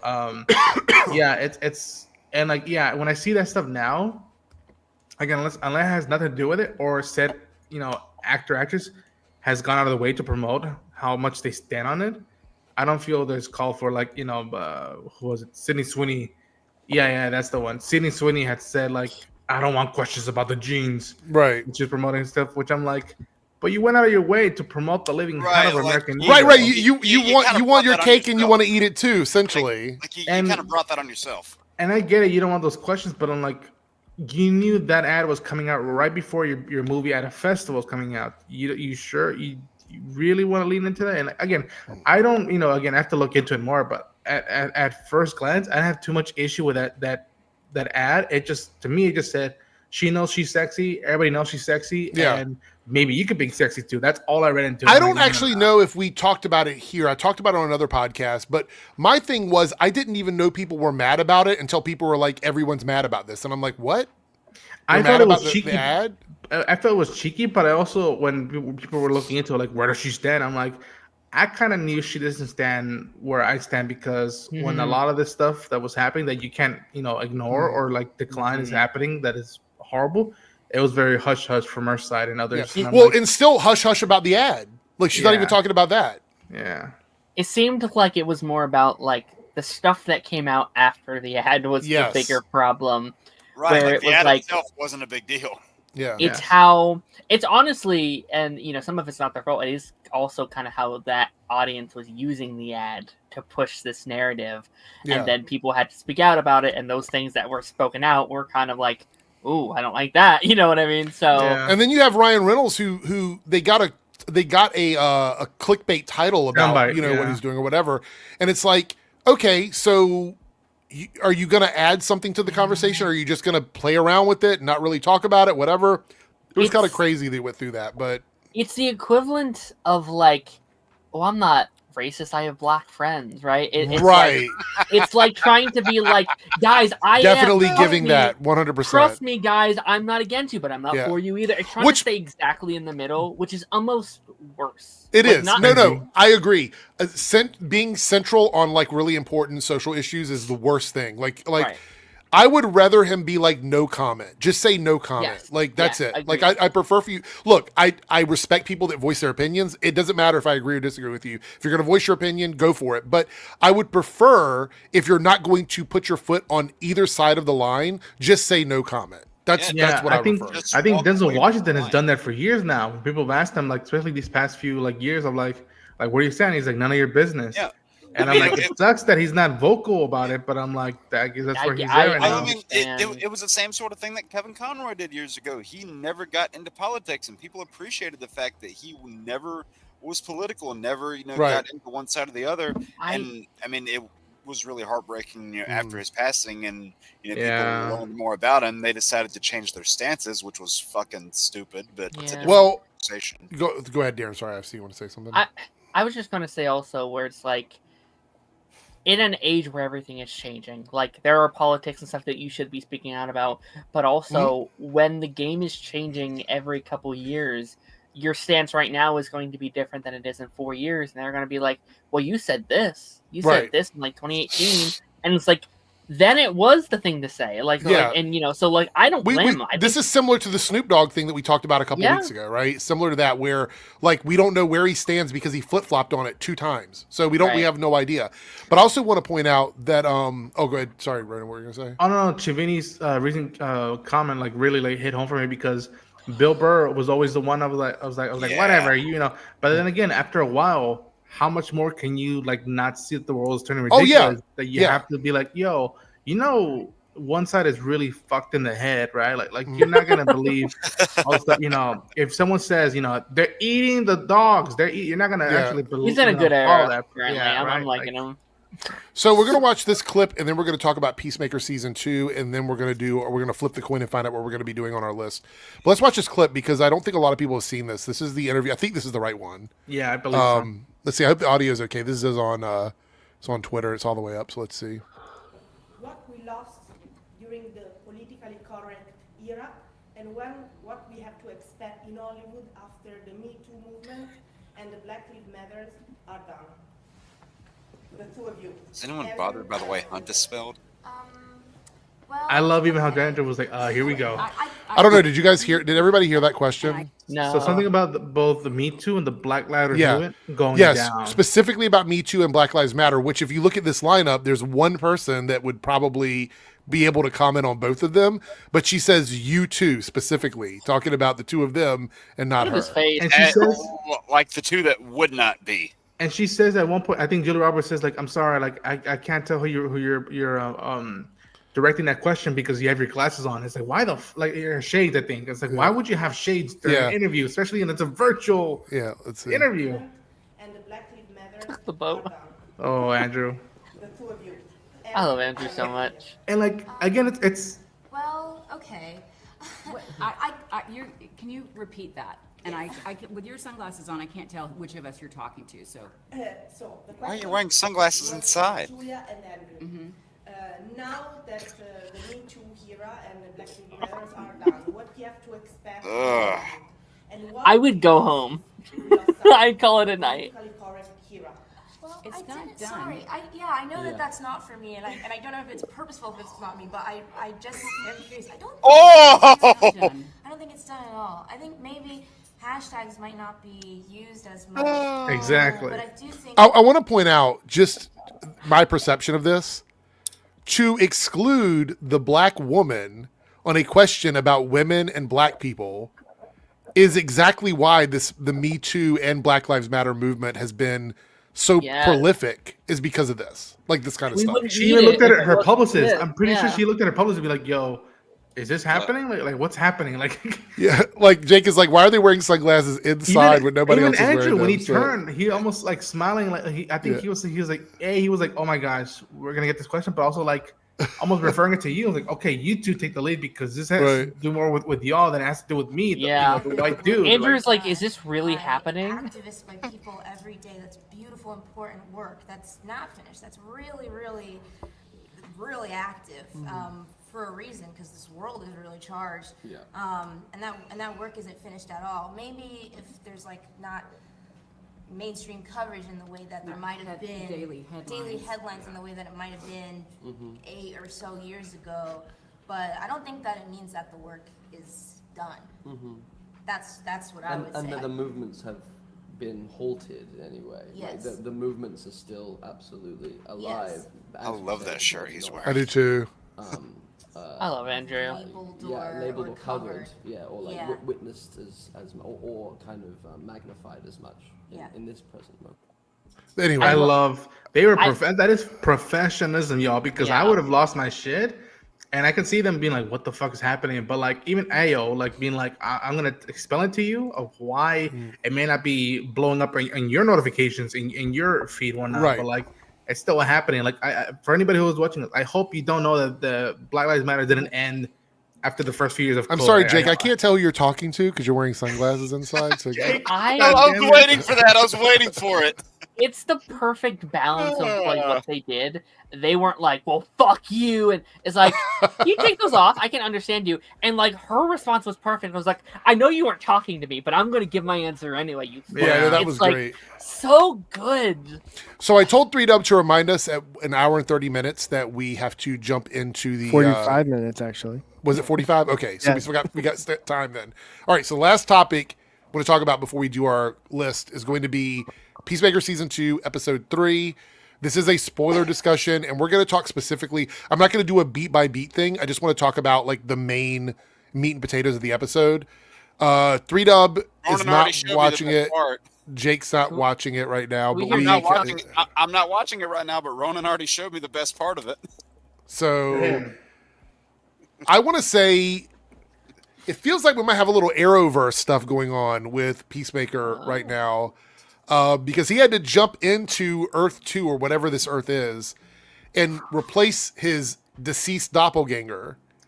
And he gets to see what that world is like. It's very white. It's a very white world. I talked about it today. I think I saw maybe 2 people that could be POC, but like the rest of it's like all white people in that world. I was telling this to Ronan. I felt really bad. This is the first time I've ever like looked for people of color in my media, right? Because this is actively like, we don't do this because we're normal people. Like, you know, we're not actively doing that. But like, we kind of have to, like, the Earth next door. Yeah, that's amazing, Dalton. Kind of hide my eyes, being like, it felt like a fucked up, like a weird. It felt like a weird Twilight Zone episode, which I think is what they're going for. Which I'm like, well, something seems off. I was saying as we were watching it, because it was like we always get together and watch it. We have like a group of friends or whatever. They're watching it. They're like, I haven't seen one black person yet. And I'm like, yeah. Or we're in the Deep South. Why? Yeah. Well, that was the thing. Is I said if this were a documentary, like if you were out filming on your phone or you were doing IRL streaming or whatever, and people behind you just happen to be all women or all white people or whatever, you can say, well, maybe that's just the environment you in. No, this show is doing something on purpose. That's the whole point, right? So we see all white people. And matter of fact, all of the women looked like trad wives. They were all dressed in these like flower dresses and stuff. And even Harcourt was wearing like something that looked more like suited for like, lack of a better term, like a German military look or whatever, like what women wore back then. So it's giving that to me 100% in the episode. Not to mention they pronounce Bloodhaven Bloodhaven. They had the top trio defeated the rainbow creature, which they made a point of showing that. And I'm like, so is that an allegory towards like queer people? You know, then you have somebody said that there were 14 stars on the mural, which goes back to the 14 words, which is a white supremacist thing. Yeah, like it's very much hidden. Yeah. There was a lot of that going on. Somebody was like, and then the kid, I can't remember whose podcast I was listening to, but they were like, the kid says, I love you, Peacemaker. And he's like, I love you, bad, whatever he said to him. And he's like, does he understand that kid probably loves him because he's a really good white supremacist in that world? Like, that's why the kid likes him. Dude, we were on my stream. We went down a rabbit hole of just like it was Charlie Day and always Sunny Day. Let me talk about the paper. Let's talk about the papers. And like we were like pointing out like notice like the flag and like wait a minute. What if the people who had that very like bomb threatening moment? What if they're the good guys? And what if this is almost no? They are 100%. Sons of Liberty 100% are the good guys. And it's like yo. And it's gonna break our hearts if the other shoe drops and we go back to the Smiths and we're like, wait a minute. They're like, no, don't do this to Chris. Especially now where he's at right now. And it's just like, yo, this is the inverse happening of like. Well, the other thing that I thought about when I made my video yesterday, it went up today or whatever. I was thinking about it. Is in this world, we have to assume like one of two things, right? So. World War II, Germany won, and everything now is like an ethno-state, right? That's what we're assuming. However, since we are not, when I say we, I mean the United States, we are not occupied by Germany. It means that we sided with Germany. Yeah. The United States sided with Germany in this. The axis of power. So that's... I just realized something. That was very badly timed. That was horrible. I was looking down at this. That was really badly timed. You said we sided with Germany, and Jake's like, yes. That was really badly timed. Next door, I guess. Next door. Jake's gonna be yelling 999. Yeah, but I did not even mean that. Oh my god. But or this is the other thing. What if it's not the entire world, right? What if it's just the area where the top trio is, and they were the ones that turned this part of the country into an ethno-state? What if he finds out that him, his father, and his brother are the only heroes in this area, and they are because they have done it under white supremacy? Mm-hmm. I'm really like knowing how James makes me love people, and then just like cuts them in half. I was just like, God damn it, dude! I was really like happy that Chris was getting these moments with his brother and whatnot. I'm like, man, Wiener Schnitzel fucking Thunder. I was I'm really like, if that's the reason, then that's a kudo reason to not show press the last 3 episodes. If that's the case, because that would have leaked. But again, I think even now, maybe James, hopefully, smartly is not commenting on this. You just seen people like do.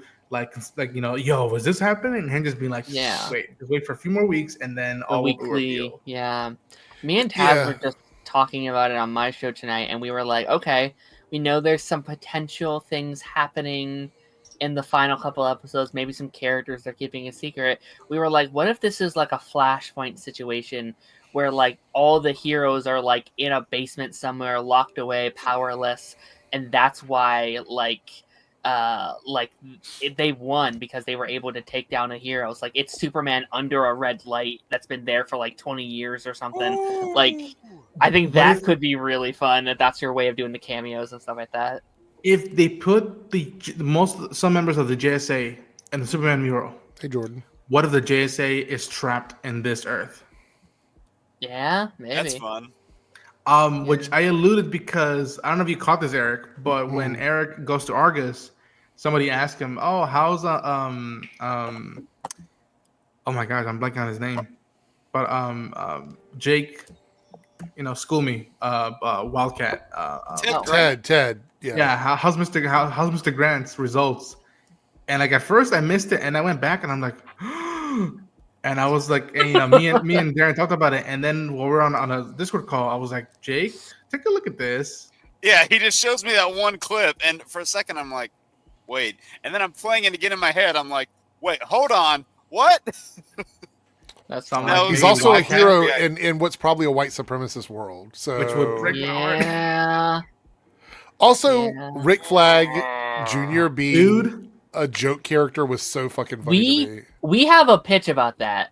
Me and Rodin's guest came up with like a theory about that, where it's like, what if it wasn't about hardcore at all in that scene? I have a theory that maybe he's working with the resistance on this Earth, and him freaking out when Peacemaker comes in isn't about hardcore at all. It's about fuck, he's going to ruin our plan. Fuck, he's going to ruin what we've been working months on. Because he wasn't supposed to be there. She set up that meeting without him knowing. Yeah. So it's like him, you have to get out of here. You have to go. So like him freaking out was like, we got to handle this. We got to do this now. We got. Which, by the way, they don't give a fuck about collateral damage either. They're just blowing shit up and letting it fall on people and stuff like that. Which, it's crazy. Maybe that's why the bench blew up too. Like they were putting the bombs around them. So maybe he was trying to kill him in that scene. Take him out first, then do the mission. Like it would make sense if that's the direction that they want to go. Also, the opening of the episode. I was flipping out. I'm like, wait a minute, what does this mean? And then it was that last line, come on, you ship out to Corto Maltese in a few hours. I'm like, no, this was right before. Like, wild. I was so happy to see Joe back. I was so happy. I'm really excited for where... I told you when I said anything regarding that character comes up throughout the rest of this show, I was like, tag me in that, and then like we'll save that for some sort of reaction. Yeah. Oh, so Chevany here says that interviewer was Frederica Polidoros. It's a professor in publishing for fashion entertainment at the National Academy for Fine Arts. The person that was asking the questions to them. Come on now, Federica. Come on now. So I'm really, really, really excited, but also nervous about this week's episode of Peacemaker because I think we're finally going to see what's happening. Because I don't think they're going to keep it from us any longer. Like in the Arrowverse, we knew about Earth X in the first like few minutes of the episode. It was like, these are like fascist, like supremacist world or whatever, right? We knew that. This one, they played it a little bit like close to their chest on it because we don't know 100%, and they've given us clues.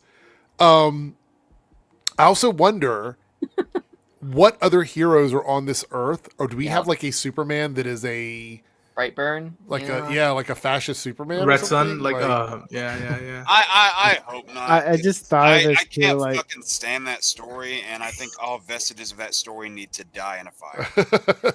I just poor choice of words, but I get what I just said. Poor choice of words. I'm happier with it when it's like it's very clearly like the wrong version of the character, right? Where it's like Injustice, it's viewed as like, oh, this is the story, you know, like these are our characters, and like for many people, Injustice is what DC is because that's all they've like experienced of it, and it's like that's why I don't want a third one because I was like, we're finally fixing the like reputation. Yeah, I don't want to go back. I don't want to do that again. You know, we're fixing Superman a lot, so it also wouldn't feel right without Kevin Conroy. Yeah, unless you just do it without Batman. But Cam, how do you do that? Cam, I wasn't specifically talking about Red Sun Superman. I'm talking about the one that's going to be on this world, where it's been overtaken by Germany. Yeah, when I referenced that, I just meant like, an alternative Superman that isn't the American Pie one.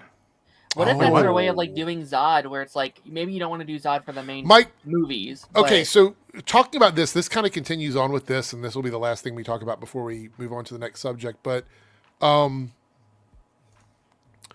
we do know there's been more comments from James Gunn about Peacemaker Season 2 and the next Superman movie.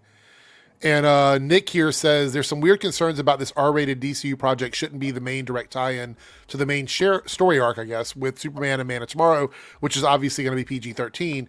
And you've said it many times that you don't have to watch Peacemaker Season 2 to understand Superman or Man of Tomorrow, correct? Like a shared universe aspects are just more context to an individual story. I will say I'm still concerned about this, but I am not going to freak out until we get to the end of Peacemaker and I see what the actual connection is going to be, right? We talked about this. But James goes, that's right, as I've said countless times, you can watch every project by itself, of course, just like you can watch Peacemaker by itself or watch Superman without seeing Creature Commandos. But it says, but Man of Tomorrow and Peacemaker Season 2 are very connected. Yeah, like I said, like as long as this season concludes the stories of this arc for Chris, for Emilia, for John Economos, for Rick Flag Sr., for all these characters, as long as they finish this arc and don't leave it hanging for like you got to watch Man of Tomorrow, I'm okay with that. I don't mind that. Like if the events that shape these people's arcs also affects something that happens in the DCU later on, if that can happen simultaneously, kudos.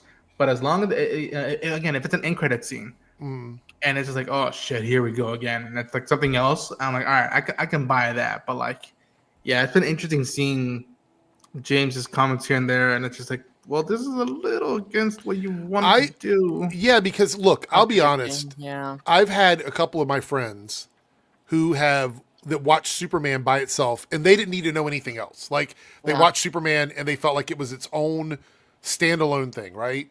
Yeah. However, they watched Creature Commandos after they watched Superman, and they're like, oh, wait, this is connected. It's in the same world. They didn't kind of understand how it connected together. And then they've started watching Peacemaker in season 2, and then they went back and watched season 1, and they're like, I'm very confused. And I'm like, yes, I understand. Yeah. It is a little bit confusing. Because for them, they don't get it. Like, they watch season 1 going into season 2, and they're like, oh, they changed the end of it, so I guess none of that matters, or some of it mattered. And I'm like, I don't have an answer for that question. And I'm the person they usually ask when they're like, how does this connect? And I'm like, some of it connects, but not all of it connects. And it really is whatever James says connects. So this is one of those. Sorry, go ahead, Jake.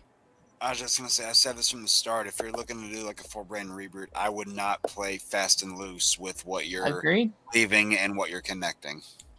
It's already a mess and we're 3 projects in. And that's a problem. And they shouldn't have gone this route.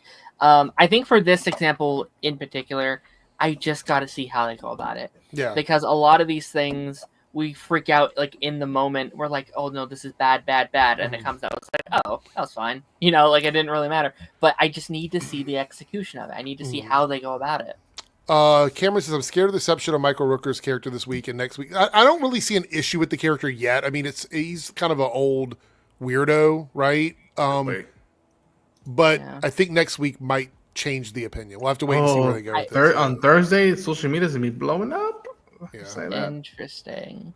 I've said in a couple things. I think the punchline has to be that like he's in the wrong, you know, like he's a bad guy, like he's a shitty guy, and it's like, hey, that is appropriation, but you know, like I think that has to be the butt of the joke.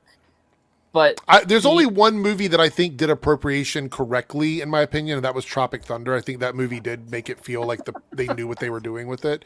It's still, I would never defend it. Like if people are like, no, that was awful, I'd be like, yeah, you're right, it was fucking awful. But I will say that in that movie, at least they were making it so the character was aware of what they were doing and how it was wrong. I don't get the vibe that this character is going to do that. I think this character is going to be an awful person, and there's going to be no self-awareness to that. I think it's going to have to be the people around him being like, hey, you know this is wrong, right? He's like, nah, you know, like I think that's going to be like poking fun at people who do that in the real world, or at least that's what I hope they do. You know what I mean? I don't have a lot of faith in that. I think they're just gonna. I think he's gonna just appropriate, and that's it. I think that's what we're gonna see. Anyway, I can't wait to see what happens on Thursday with this because you know I said back when we saw the clips from it and everything that I was going to wait till we got full context about this character before I made a decision on it. I still feel like we don't have full context yet. We need to see next week or this week's episode to get more of that context because he was very, very lightly introduced this week, where we know who he is, we know what he's doing, we know what his personality is. That's it. That's all we know about him right now. Anyway. So there's that. Cam says some people were ridiculously saying Suicide 2016 is canon now because of the Enchantress reference when obviously it's yeah, I don't think it was. I think the Suicide Squad, you could make more of an argument for that than you could for Suicide Squad 2016, to be honest. Right. And even then, like only certain events from that were brought over, but they were kind of retooled. Dude, the whole June thing, I was just like, yeah. I was like, we're getting Enchantress? I don't hate the first Suicide Squad movie. I don't think it's a great movie, but I don't think it's the worst movie I've ever seen either. It's it's cookie cutter. It's basic. I mean, I one of the reasons I'm so mad about that movie is because it's another victim of WB screwing around and taking a director's movie from them. You know what? I feel about the Suicide Squad the same way I feel about Captain America Brave New World, where the studio came in and fucked up something that probably was going to be better than what it was. I feel the same way about Justice League. Yeah. Same way. 3Dub loves Harley Quinn in that movie, though. So do I. I mean, like I've always said, like I didn't they- mind they her tried to- Enchantress, but like it would have been nice if they didn't go the full Hot Topic Right. style and like just do the comic, just give her a green dress with the witch hat, like that. Oh God, all I that's need. funny. Warner Brothers tried to intervene with Man of Steel about Superman's origin. So, like, why do you blow up the planet? Put it back. All right. So what we're gonna do today is something different. Hold on. Before we do this, though, 3Dub. Wait, why aren't you on here? I'll explain in a second. 3Dub. Mm-hmm. Which one? I'm gonna let you choose this. Which one is head and which one is tails? Head is the villains. Okay. The other one's the other one. Okay. I'm going to tell my Echo to flip a coin because that other website is rigged. So, we're gonna like do I this said. Yeah. All right. Russia. So, remember what you just said, 3Dub, and I'm going to tell it. Okay. Alexa, flip a coin. Okay. Sound effects. You got heads. Okay. So, Villains is Disney animated villains are top 5. man. Okay. So, what we're going to do with the wheel today is I am last. I'm going to go last right away. Okay. I'm going to do last because I want to give everybody else a chance to go before me, right? Because I feel like everybody here probably loves Disney cartoons a lot more than I do. So I want to give everybody an opportunity to get theirs out of the way, right? So we're going to spin the wheel. Pixar with this? Huh? Are we including Pixar with this? Anything that's under the animated under the Disney umbrella. Okay. Anything that's been animated under the Disney umbrella. As people make their lists, I'm gonna say it up front, just for it's open for people. I'm not choosing the one that you guys clearly think I'm going to pick because I've already talked about them enough. So if anybody else wants them, it's theirs. Also, anything that was acquired by Disney that now counts as well. Okay. So any Thanos, Loki, kidding. It will animate. Green Has to be Goblin. animated. Kidding. And I know that he's technically animated in the movie, but I mean a cartoon animation, not anything like that. So, all right, here. Oh wait, hold on. I was going to talk about this, but I don't know the full story behind it because I've heard that he's not a great person. Like he's been very shitty and awful to work with and stuff like that. But I will say this, regardless of whatever his personal life went, like what he said and what he did, I believe no one should be fired for having a condition as long as they can do their job. So as long as he's capable of doing the job, I think he should be able to keep the job. But if he's a shit person, if he's a shit person and he's done stuff that's awful, I'm not going to go to bat for him on that. You know what I mean? Did I just become Vader? Yes, I think you did. Yes, that's Do you know more about it, Darren, than I do? I've been trying to track it the best I can because I came out swinging because I love his work in media. Like he plays some of my favorite characters. He plays my favorite character in my favorite show. So I love his work and I supported him for years. So like when this came out, I was like, these motherfuckers, these guys. And then the more stuff started to come out and I was like, oh wait, this is seems a lot more in depth than we assumed previously. A lot of stuff came out. He's like, super anti-vax and he's doing various different things. And again, I'm not trying to speak too much on because I don't have the full picture either. So I don't want to take anything out of context or anything. But from what it seems like, and again, stuff could come out to debunk this. But what came out today was that like his condition had changed and it kind of altered the way he was doing his performance. They offered him another role on the series instead of that. But he's no longer be playing the voice of Beast Boy on the show itself. And he's not happy with it. And he's going out and talking about it. And he even commented under that thread. I was like, there's way more to this than they're telling you. It's like, so I don't know. I'm not sure about the whole story.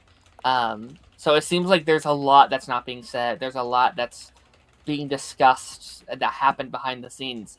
And listen, I'm not going to bat for David Zaslav. I'm not saying that the people that fired him, deserved it or didn't deserve it. I also know he's said and done some things in the past as well that's a little fishy. That's a little like, ooh, ooh. So seems very complicated. Lone Wolf, you are the jealous super chat says, "Did you hear that Raymond Cruz got arrested? Damn it to Jake. Wasn't it for like spraying a water hose at someone or something like that?" Yeah. Yeah. A water hose? Yeah, apparently I saw this earlier today. I was trying to find more about it, but there was someone that was in the way of something he was doing, and he sprayed him with a water hose, and he got arrested. Is that actually what happened? Here, hold on. I'll put it in the chat, or I'll put it in the private chat. All right. Yeah, that's all I saw. I don't know if it's 100%. Oh, I did see that. Yeah. All right, here it is. If you wanna throw it up, here it is. I'll just read it out. Cruz was washing his car and asked the girl to move out of the way. When she didn't, he allegedly got sprayed. Wait, she allegedly got sprayed. Believed he did it on purpose. So it was water. Is that the whole story? Oh, I guess. Water is what? I mean, look, you shouldn't spray people that don't want to be sprayed, but I didn't realize it was an arrestable offense. I didn't realize that. Maybe there's some law in his area that I'm not aware of, but I don't know. Oh, wow. So apparently he uses the image of Beast Boy in his TikTok Instagram videos talking about taking alternative medicines. Okay, well, that's you shouldn't be doing that. Sorry. I can't support that. Little thing here, just before we get into this. Did you guys hear that Michael Caine's coming out of retirement? For of all movies, it's like, come on, man. Right. I was like, for this? What is it for? What's he coming out Diesel, for? Last Vin Diesel movie. Sequel. Yeah. The Last Witch Hunter. 2. Here we go. Chat, take bets on who's going to go first on the wheel. We are doing our top 5 favorite animated Disney villains. And this is for anything that falls under the Disney umbrella, even if it was a company that got acquired by them. And it has to be animated, and like animated, not like a real person that's being mapped for VFX. So no Thanoses. Unless you're citing an animated Thanos from a cartoon. I was about to say. Yeah. Yes, you can do that. All right. Let's see here. Serenity says, bet not Jake. Somehow Jake will still go last, even though I'm last, technically. You were saying, Eric. Oh, look at that. You were saying, all right, Serenity, $5, pay up. All right, we'll put Jake up here. I'll be at the bottom because I'm literally going to do that on purpose. All right, here we go. We're going to spin again.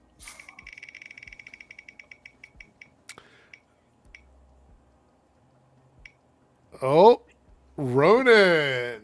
Nice. Wow. Always me and the last person. All right, here we go.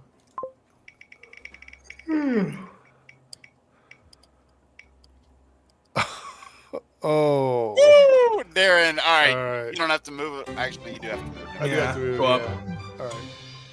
Darren will go up there. Darren leveled up. All right, and close that out. All right, so we're gonna do clockwise, so it'll wrap around. I do have to like get up early to go to my brother's surgery, so I want to wrap this up within like 30 minutes if possible. Speed round, yeah. I mean, yeah, like we're not gonna do a ton of like honorable mentions and stuff like that. Like literally round just robin, or are we just going? We can do round robin, just like no honorable mentions or anything like that. All right, Minute yeah, each. Yeah. So pick what you love right away. No honorable mentions, right? Oh, that's why I'm glad that I got to go first. 'Cause Okay. I had a feeling someone might take this one. So here we I know go. what you're gonna pick. Go ahead, Jake. I don't think you do. Okay, we'll see. So, yeah, this is one that I wanted to go ahead and get out of the way. It's not Darren's favorite that he would pick, but has left aside. It's not that one. Okay. Even though this isn't my favorite of the movies, this has got by far my favorite villain, just because it's not one of those villains where it's like you kind of feel bad for them, but they're still evil. This villain is just 100% unforgiving, despicable, cruel, and you want to see them beaten and defeated in every sense of the word. And that is Jafar. I had to go ahead and get that one out. That one is probably the most despicable, hateable villain, at least that I can think of from that Disney era. And I said that thinking that Darren would pick up the hint and go for the headdress. Thankfully, he did. Yeah, I had to go for that villain first. I must need the lamp. Just that scene where I still laugh so much at this, where, and as far as I know, Jafar is the only villain to take a hero's song in one of those movies and completely twist it around and use his own version of it whenever he takes over. I love that part so much, and then just smacks Aladdin around like a bitch. I was like, man, that is great. Jafar is great. I would love. It would never happen. It'd be too dark for them. But I'd love like a Jafar like prequel project. I wouldn't mind.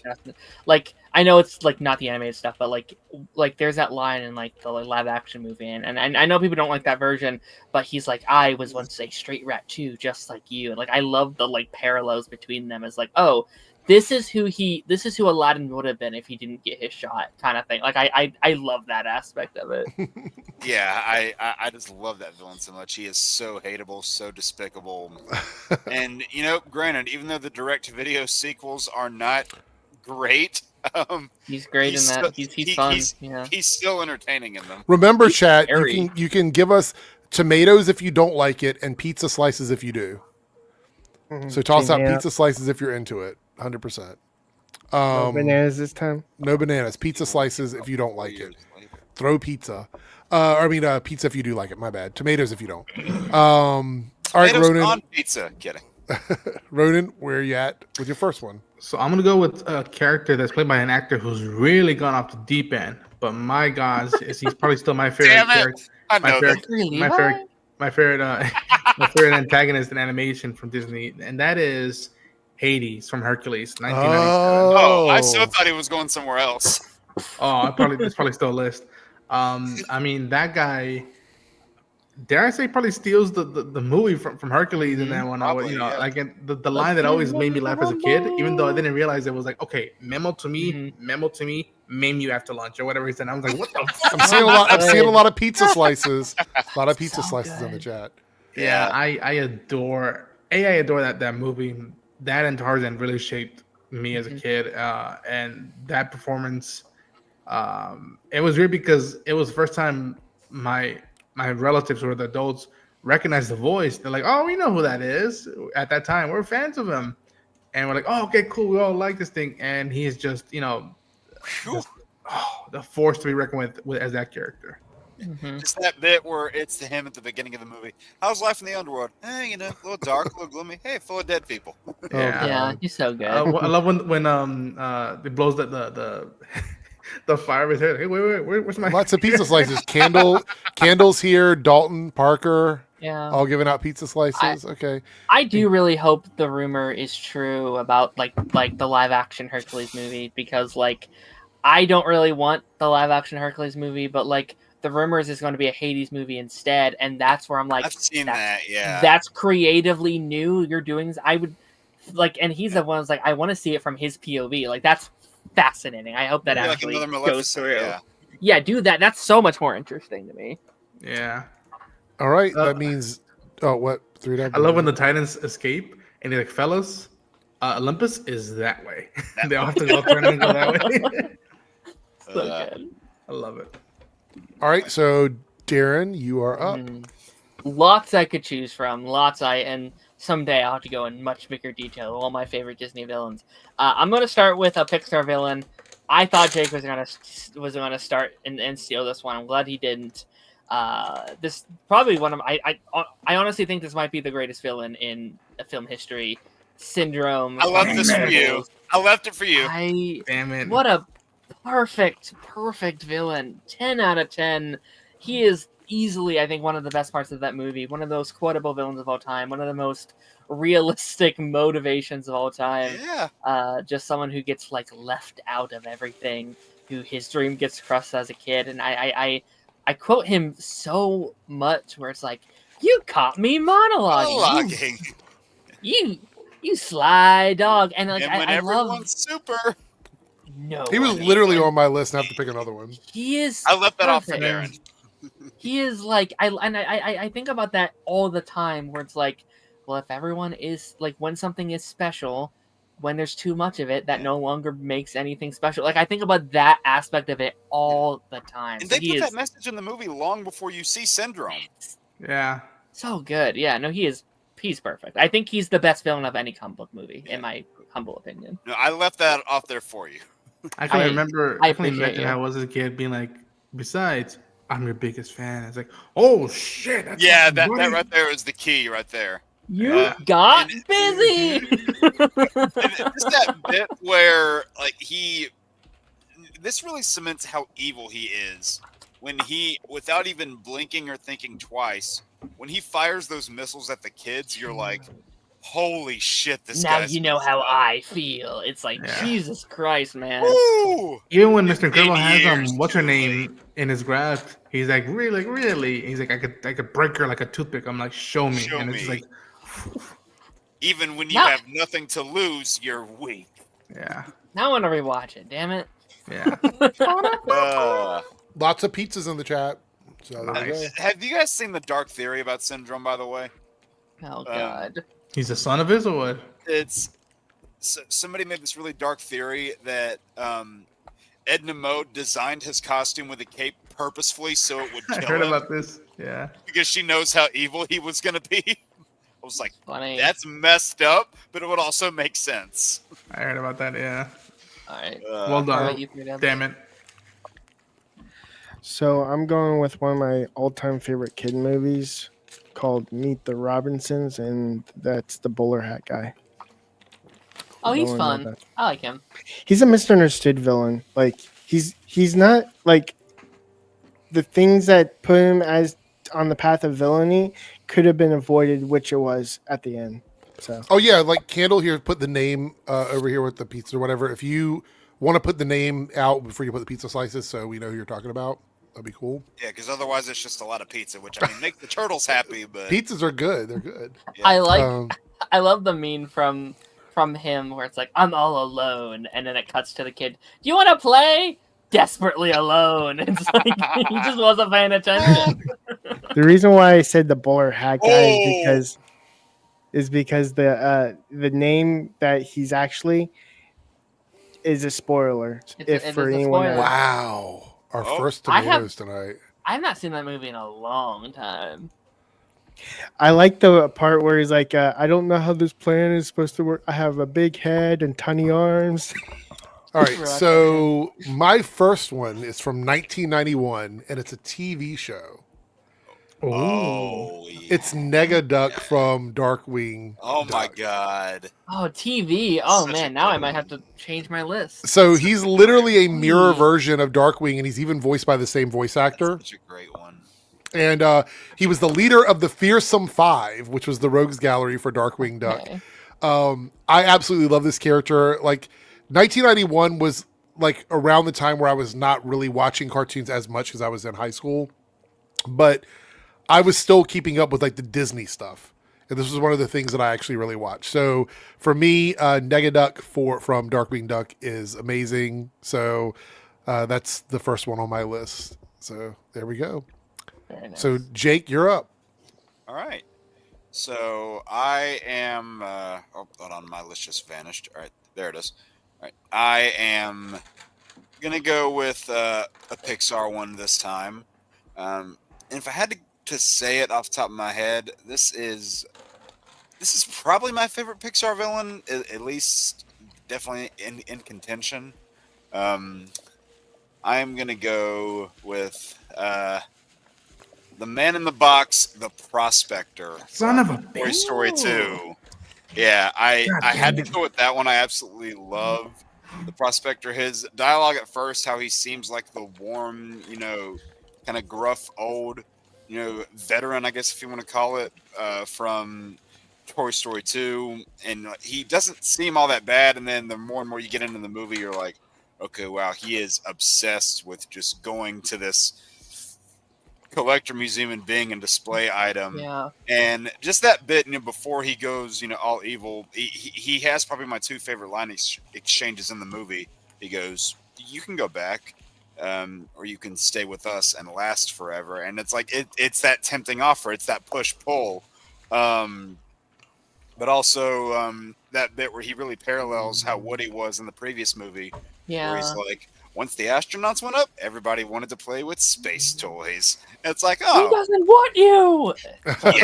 yeah. There are just so many good quotes from him in that movie. Darren, did Kelsey you redo your Grammer's- list when you knew it was TV shows? When I mentioned TV shows, I've added a couple. Yeah.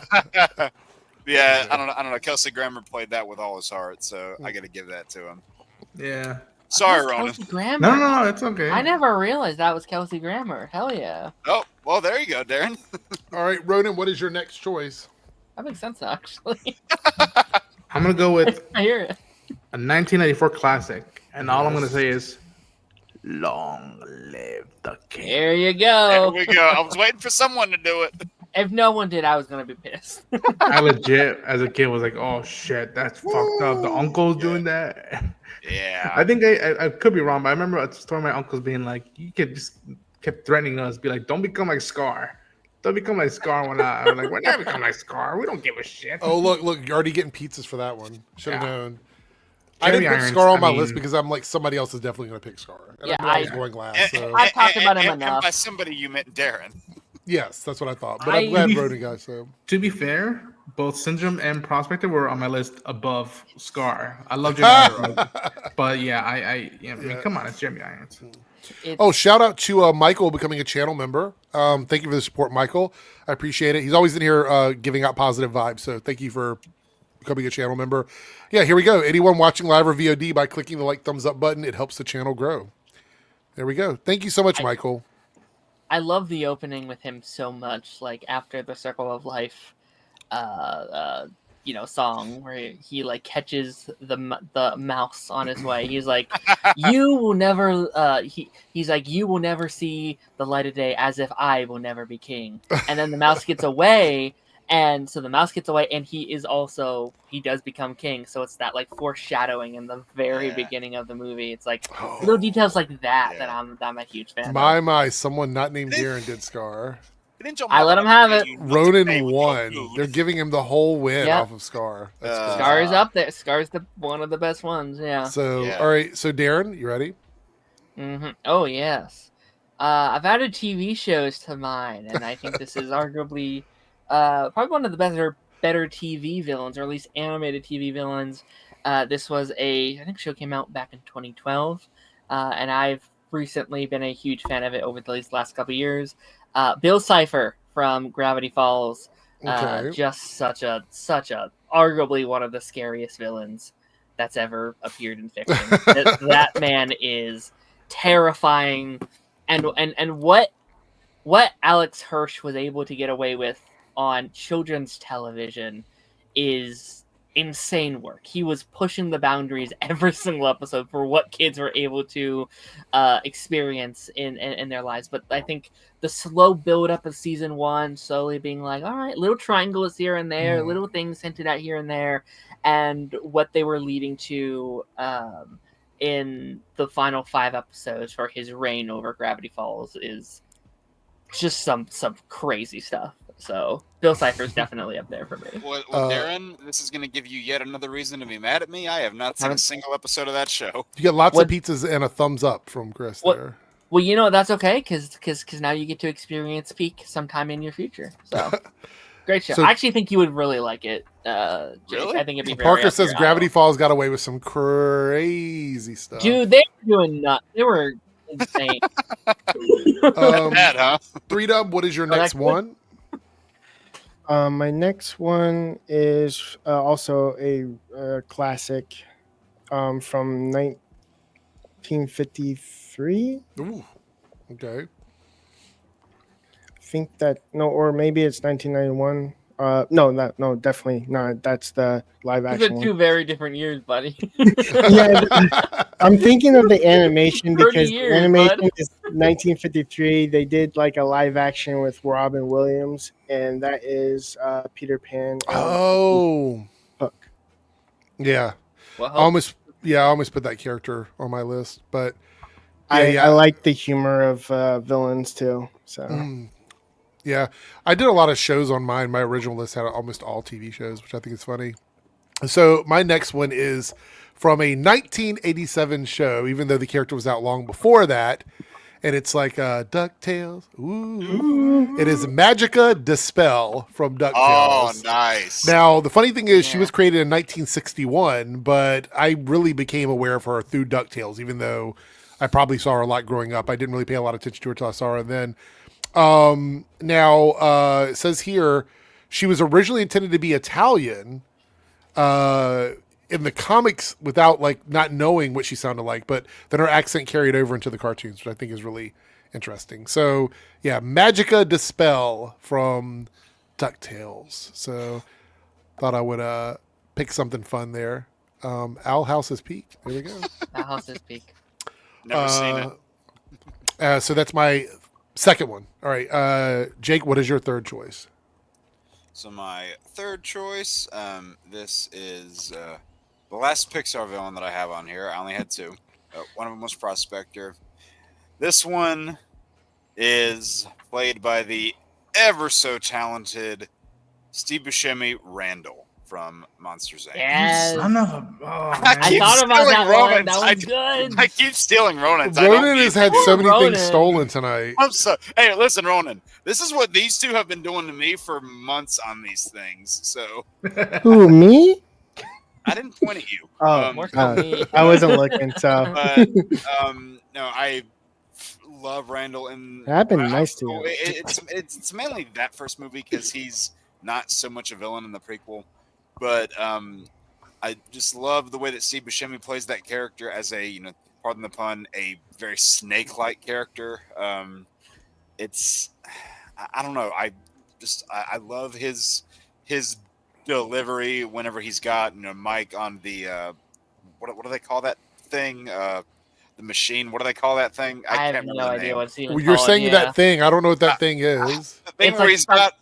Yeah, that. It's like the torture device. the where scream it's thing sucking where the that air gets the out of kids it. to Yeah. Oh. Whoa. Sorry. That threw me off. I was Sorry. like, window? What? I love that bit of dialogue where he's like, "You still think this is about that stupid scare record?" And you can just see the scene change. He goes, "Well, I did right up until you chuckled like that." I just Kind of great. love all of that. That dialogue. Whenever he's got Sully hanging off the door, he goes, "Look at everyone's favorite scarer now. You stupid, pathetic waste." I was like, damn. The Delta line. He's really tearing into it here. Do you hear You that? hear that? Sound of the It's the sound of wind. Do you hear that? changing. It's the sound of the Yeah. wind. Yeah, what It's a so, creep. yeah. And just the bit where he's at the end when he gets beaten and Sally's like strangling him like this. Love those bits. And then, of course, when Both he gets films in that thrown, movie are great. of course, when he gets thrown into the door and they're like, "Hey, look, it's another gator. Another gator. Give me that shovel." And they just start beating the hell out of him. Such a great villain. So entertaining. All right, so Ronan, you're up next. So I'm wondering if mine will be allowed because you said television. Oh, no. Damn it. Hey. He's about to take this from me. Son of And a bitch. under the Disney umbrella. Damn it. Oh, no. And so Disney eventually had a channel called Disney XD. Mm-hmm. Okay. And, Okay. Very good. and they did a Star Wars show. Okay. Okay. Okay. Yeah. And I Loophole. was like, wait a minute. I'm like, well, I won't use the big names on that, but they reintroduced a character that a lot of people weren't aware of called Grand Admiral Thrawn. Yeah. I'm gonna go with that character because this guy is the like Hans Landa of Star Wars. This guy is smart. He's imperial. And in some ways, like Khan, he is just tough to beat. And Rebels, again, one of the best things Star Wars has come out in its existence. It was a show that like each season had its villain, and it wasn't until season 3 where he got introduced that he remained the villain for the latter 2 seasons of the show. He's played by the great Lars Mikkelsen, and he hit such a wave that like that character now made its appearance in live action, and it's also now being an antagonist for elements in live action for Star Wars. And again, I had always heard about him, and then that show came up and just crumbled the squad and actually made you think, oh, they might lose. but I go with Grand Admiral Thrawn, Mithrandro. Very nice. All right. I got a little worried, but no, you didn't. When you said Disney XD, I'm like, okay, we're good. So, Darren, what's your next one? All right, we're going back over to the movie side of things. Okay. Back in time quite a bit to 1967. Okay. This is one of my favorite Disney movies. I don't really talk a lot about on here, but I do truly adore this movie, and that is The Jungle Book with Shere Khan. My goodness, what a fantastic villain. The way George Sanders I'm pretty sure that's who plays him, voices Shere Khan with such a stance and such a presence to him. He is not only such an entertaining villain, he is a terrifying villain, and he's also objectively right.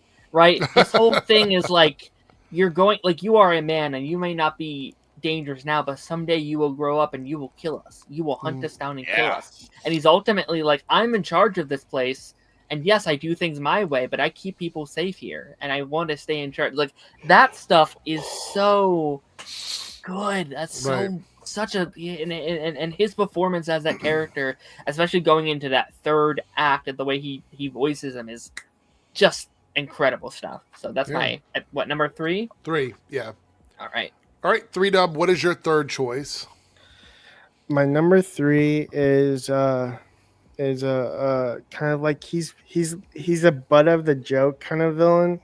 I don't think he like the the way he goes about it is like he's like a tax collector in a sense. What?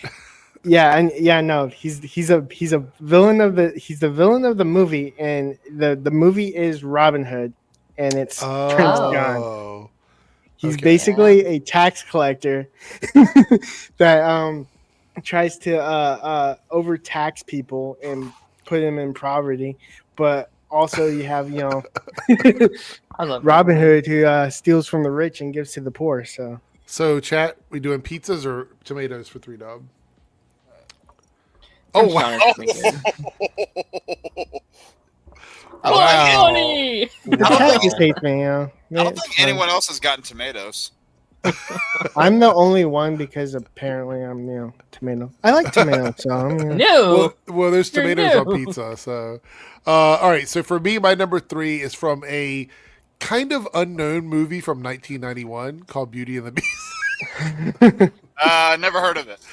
Gaston. I think it's a funny character, and I was looking it up. I didn't realize this, but he's the only Disney villain to lead a full-on Broadway-style tavern number celebrating himself, which I love about it. This is a funny character because it's like before toxic masculinity was even a thing, he was kind of a toxic masculine character, but it was a lot of fun. And apparently he didn't exist in the original fairy tale, and Disney created him just for this movie. So little fun stuff there. I'm about to actually meet the guy who voiced him in a couple months. That's great. It's always very interesting when talking about Gaston because, like, you flip the POVs a little bit, cut out the attitude, and he's technically the good guy, right? like he's going to protect the princess from the giant monster, and so that's why, like, context matters. And like if he wasn't a piece of shit, like, alpha male, he'd be like kind of okay, So, yeah, because like every other chick in the village is fawning over him. So. Yep. Like, he's so close to being decent, and then he tries to throw his dad in like. I wasn't sure people would know the character, so I was like, maybe they don't know this character from this movie. Oh yeah, people know Gaston. Anyway, all right. So Jake, what is your next? You got 2 left. So yeah, your next one. So mine is from this. Movie from 1996. Okay. This is not the original telling of this story. The original version of this story is a lot darker. I'll say that. Oh, I know what you're saying. Yep. Yeah. And this is Claude Frollo from The Hunchback of Notre Dame. You talk about another villain that is downright hateable and despicable. And I will say, if they ever try to remake that movie, good luck. Good luck. Also, But 2, you definitely could not include his villain song because of what it's about. No. You definitely could not. And he has that same kind of evil nature about him throughout the entire movie. But he's... Oh, I think Darren's frozen. Oh, am I? Oh, either that or you were just really still. But no, he has that same evil nature where, like, in one breath, he's telling Quasimodo that I'm your only friend. And then on that same breath, he's like, hang this gypsy. It's like, it's that same thing. He never changes tone. He never changes character.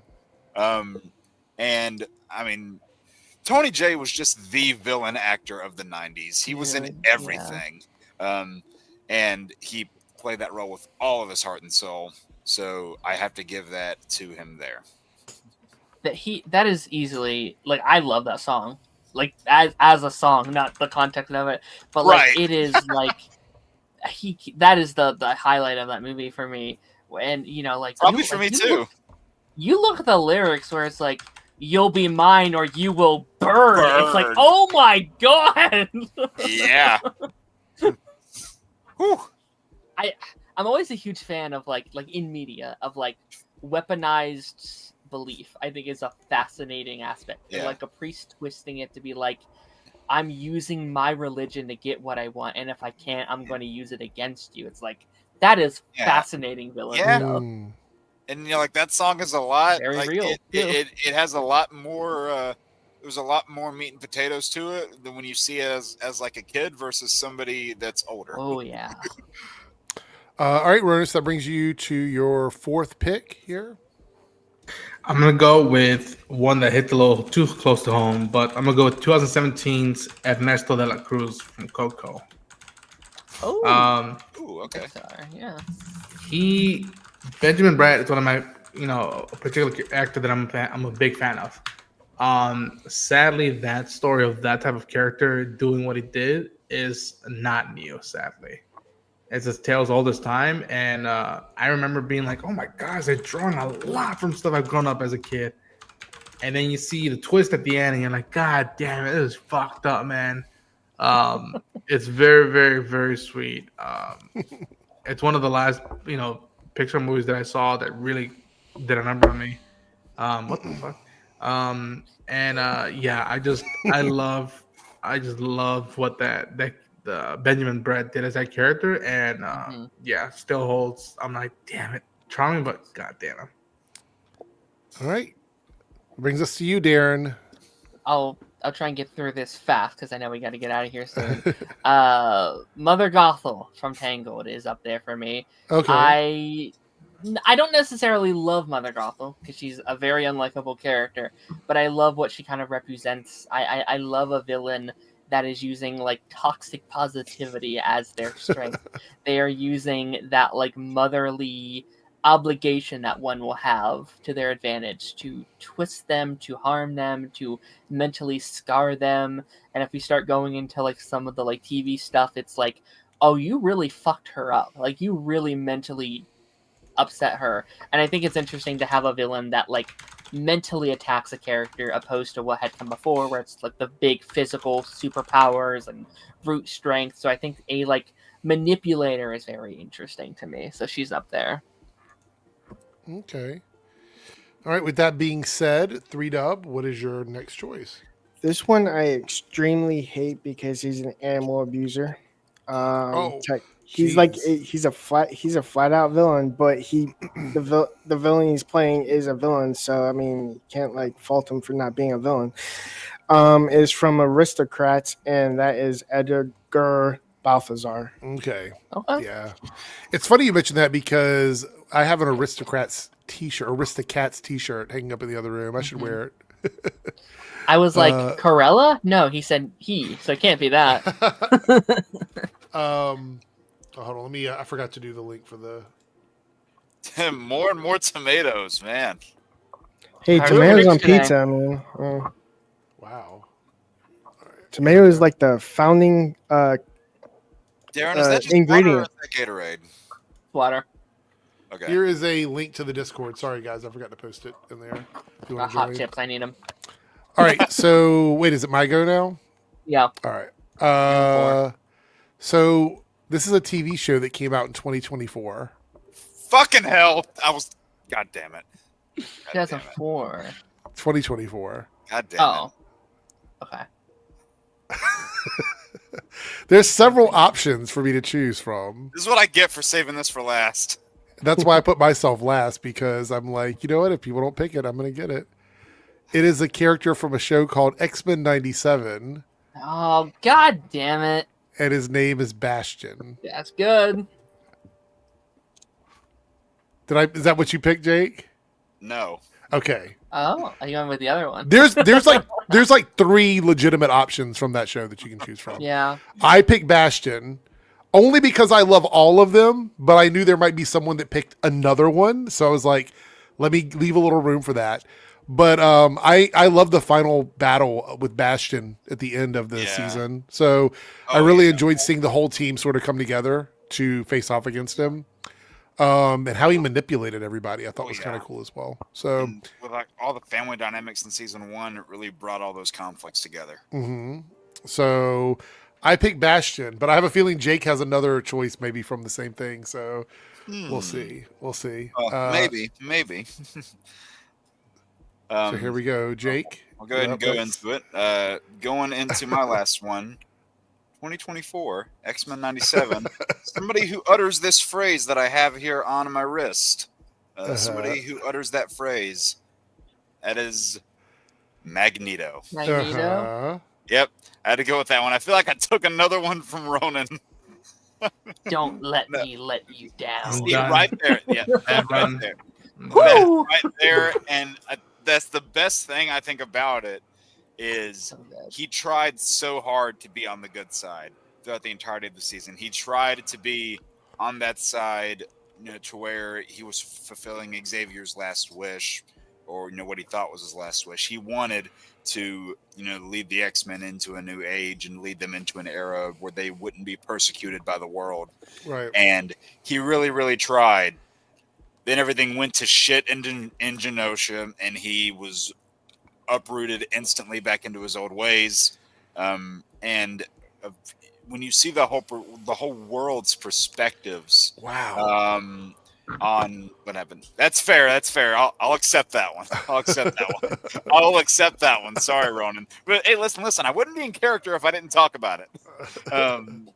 I just love the change where he goes from a reluctant hero to where, like in episode 2, Darren said, "Don't let me let you down."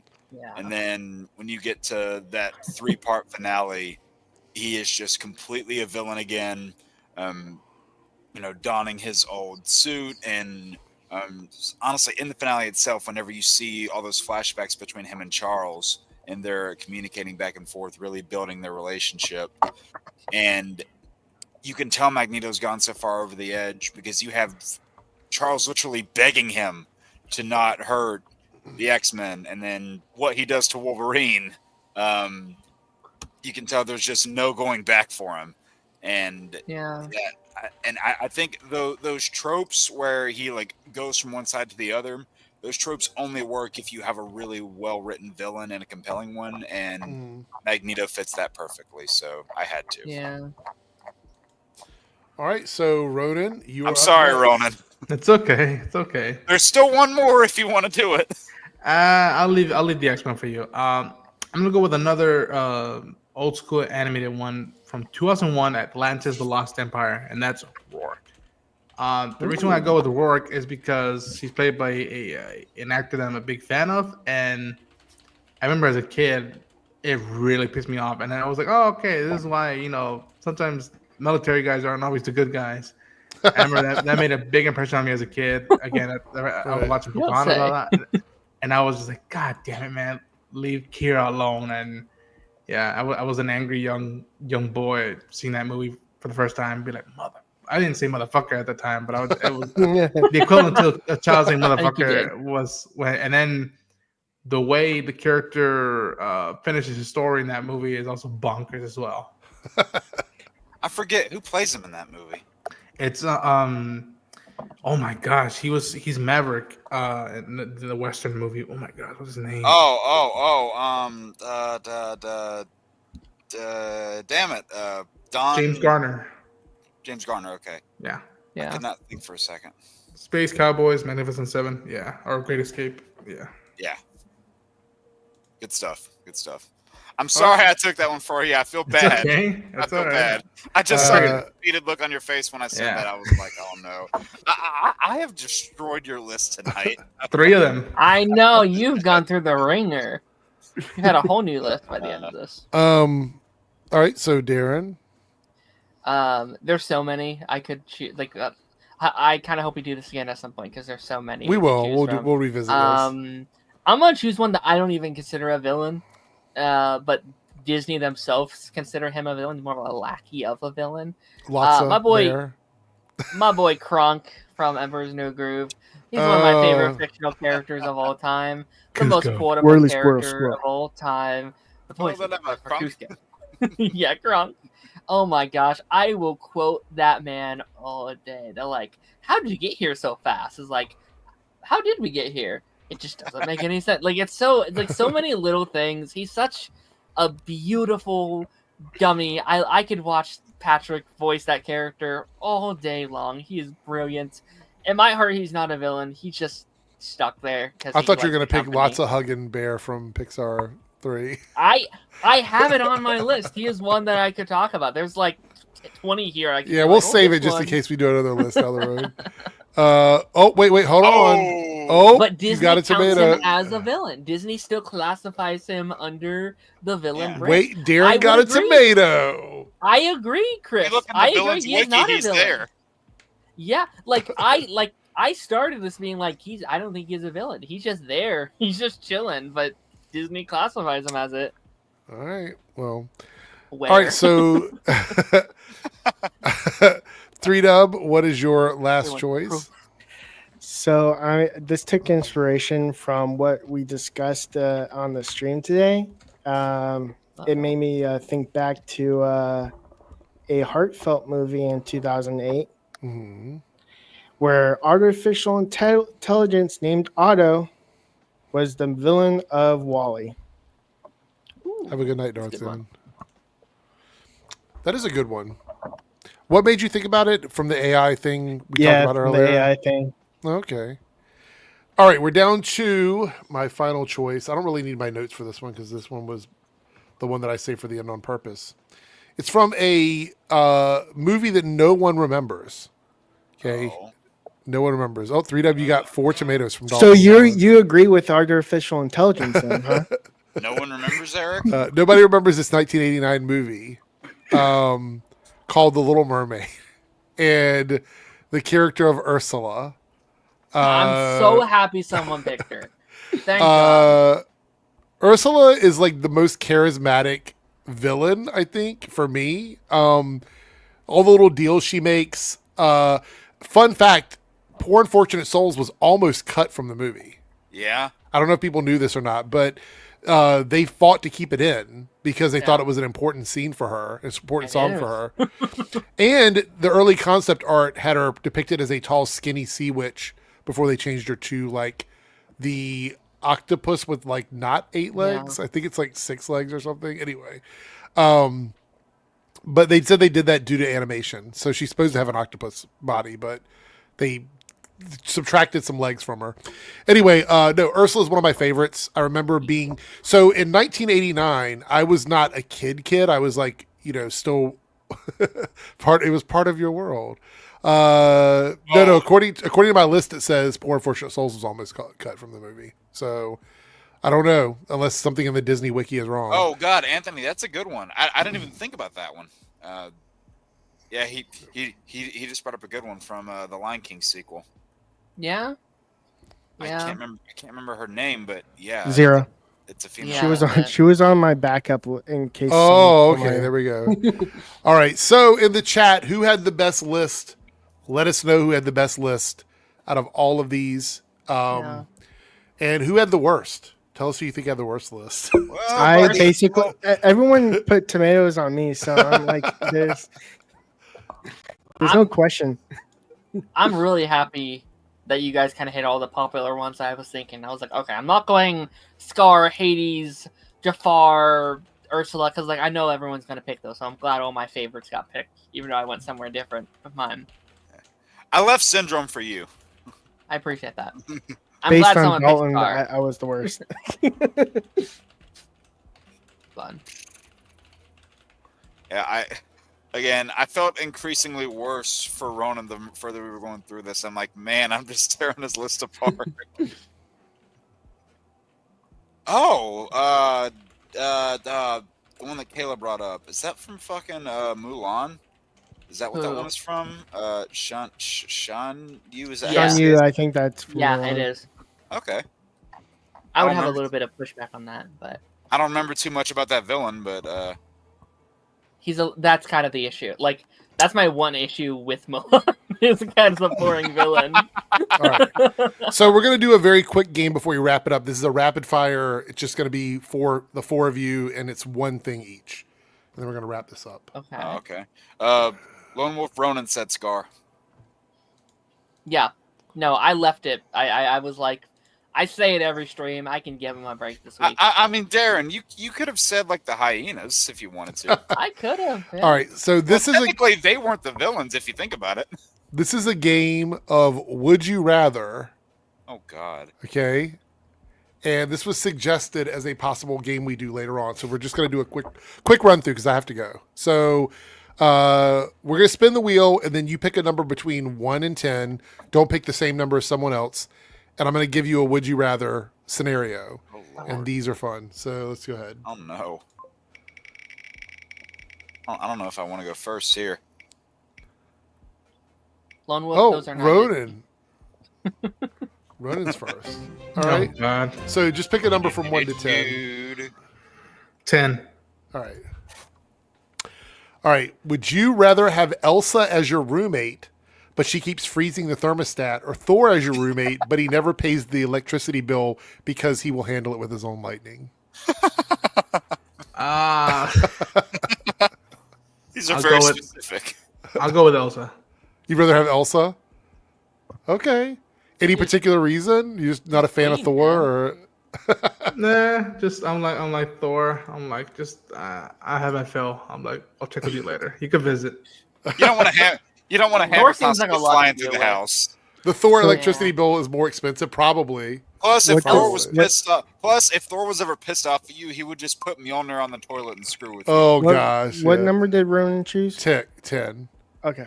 Oh, 3Dub, you are next. Because I knew I was going to be next. So I was like...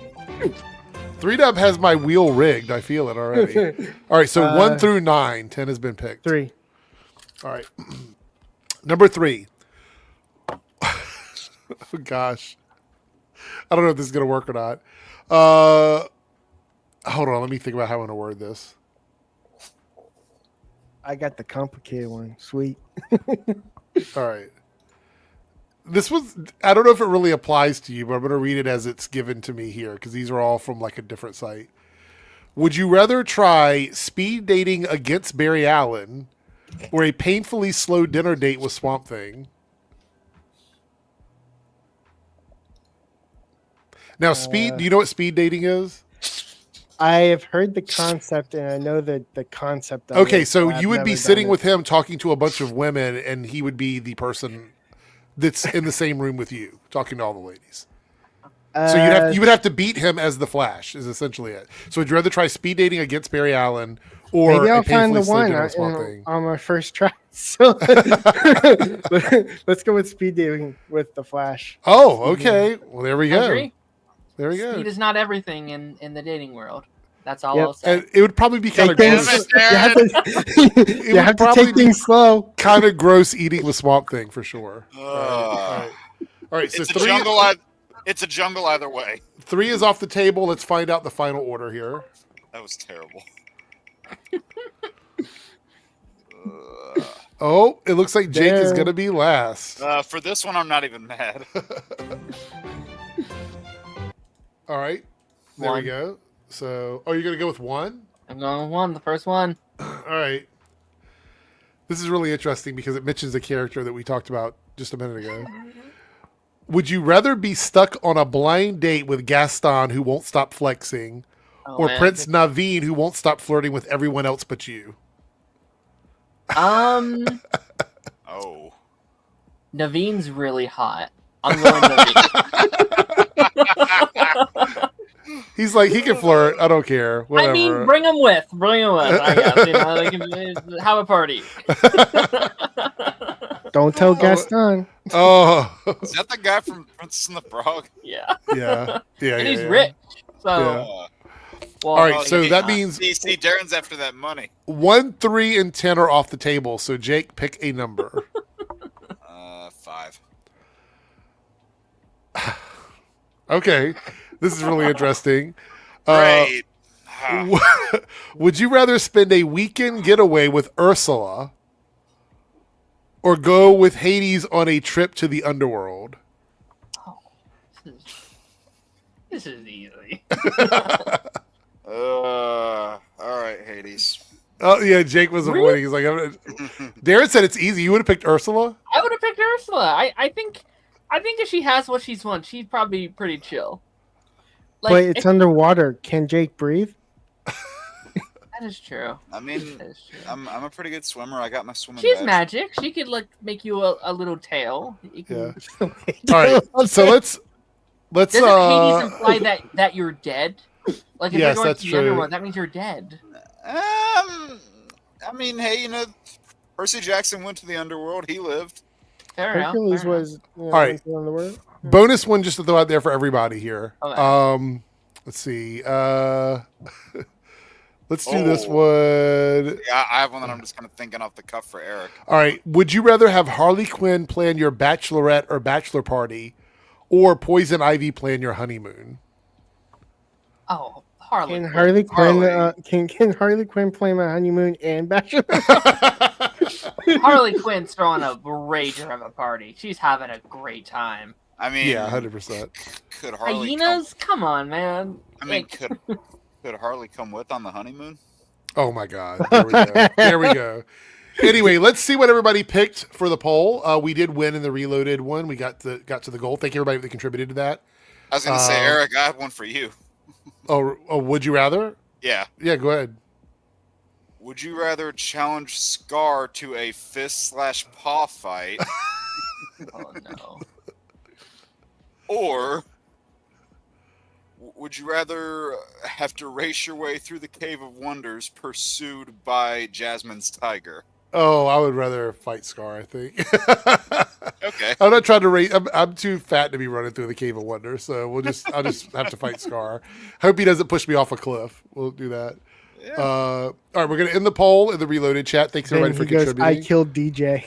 Oh yeah. Okay, so with 34%, the top 5 DC animated costumes won. Okay. So there we go. So yeah, we could probably, I don't know when you want to do this, but we could just pair the characters and the costumes together in one stream. We could, yeah, sure. Yeah, that works. Chris says that's fucked up, Jake. Hey, that's far from the worst thing I've said tonight, whether accidental or not. Yeah. Anyway, we're going to jump out of here. I want to thank everybody for hanging out tonight. Again, tomorrow, I'll let everybody know what the situation with my brother is once he's out of surgery tomorrow. So we'll do that. Everybody that super chatted, thank you. And the Debunks channel, I know we didn't reach the goal, but thanks everybody for supporting over there as well. I do appreciate it. We'll be back on Thursday night. So definitely check out for that. Everybody else, go check out Ronan's channel, Darren's channel, Jake's channel, and 3Dub's channel. And go support them as well. Show them a lot of love. With that being said, we're out of here. And wait, would you read my would you rather? What? If I got a would you rather for you, would you rather have Odin as a father or Scar as an uncle? Odin as a father. I'm going to go Odin. Yeah, I'm going to go with Odin. That was a little easy. I thought about it for a second. I'm like, no, that's pretty easy. Anyway, everybody have a good night, and we'll see everyone on Thursday. Take care.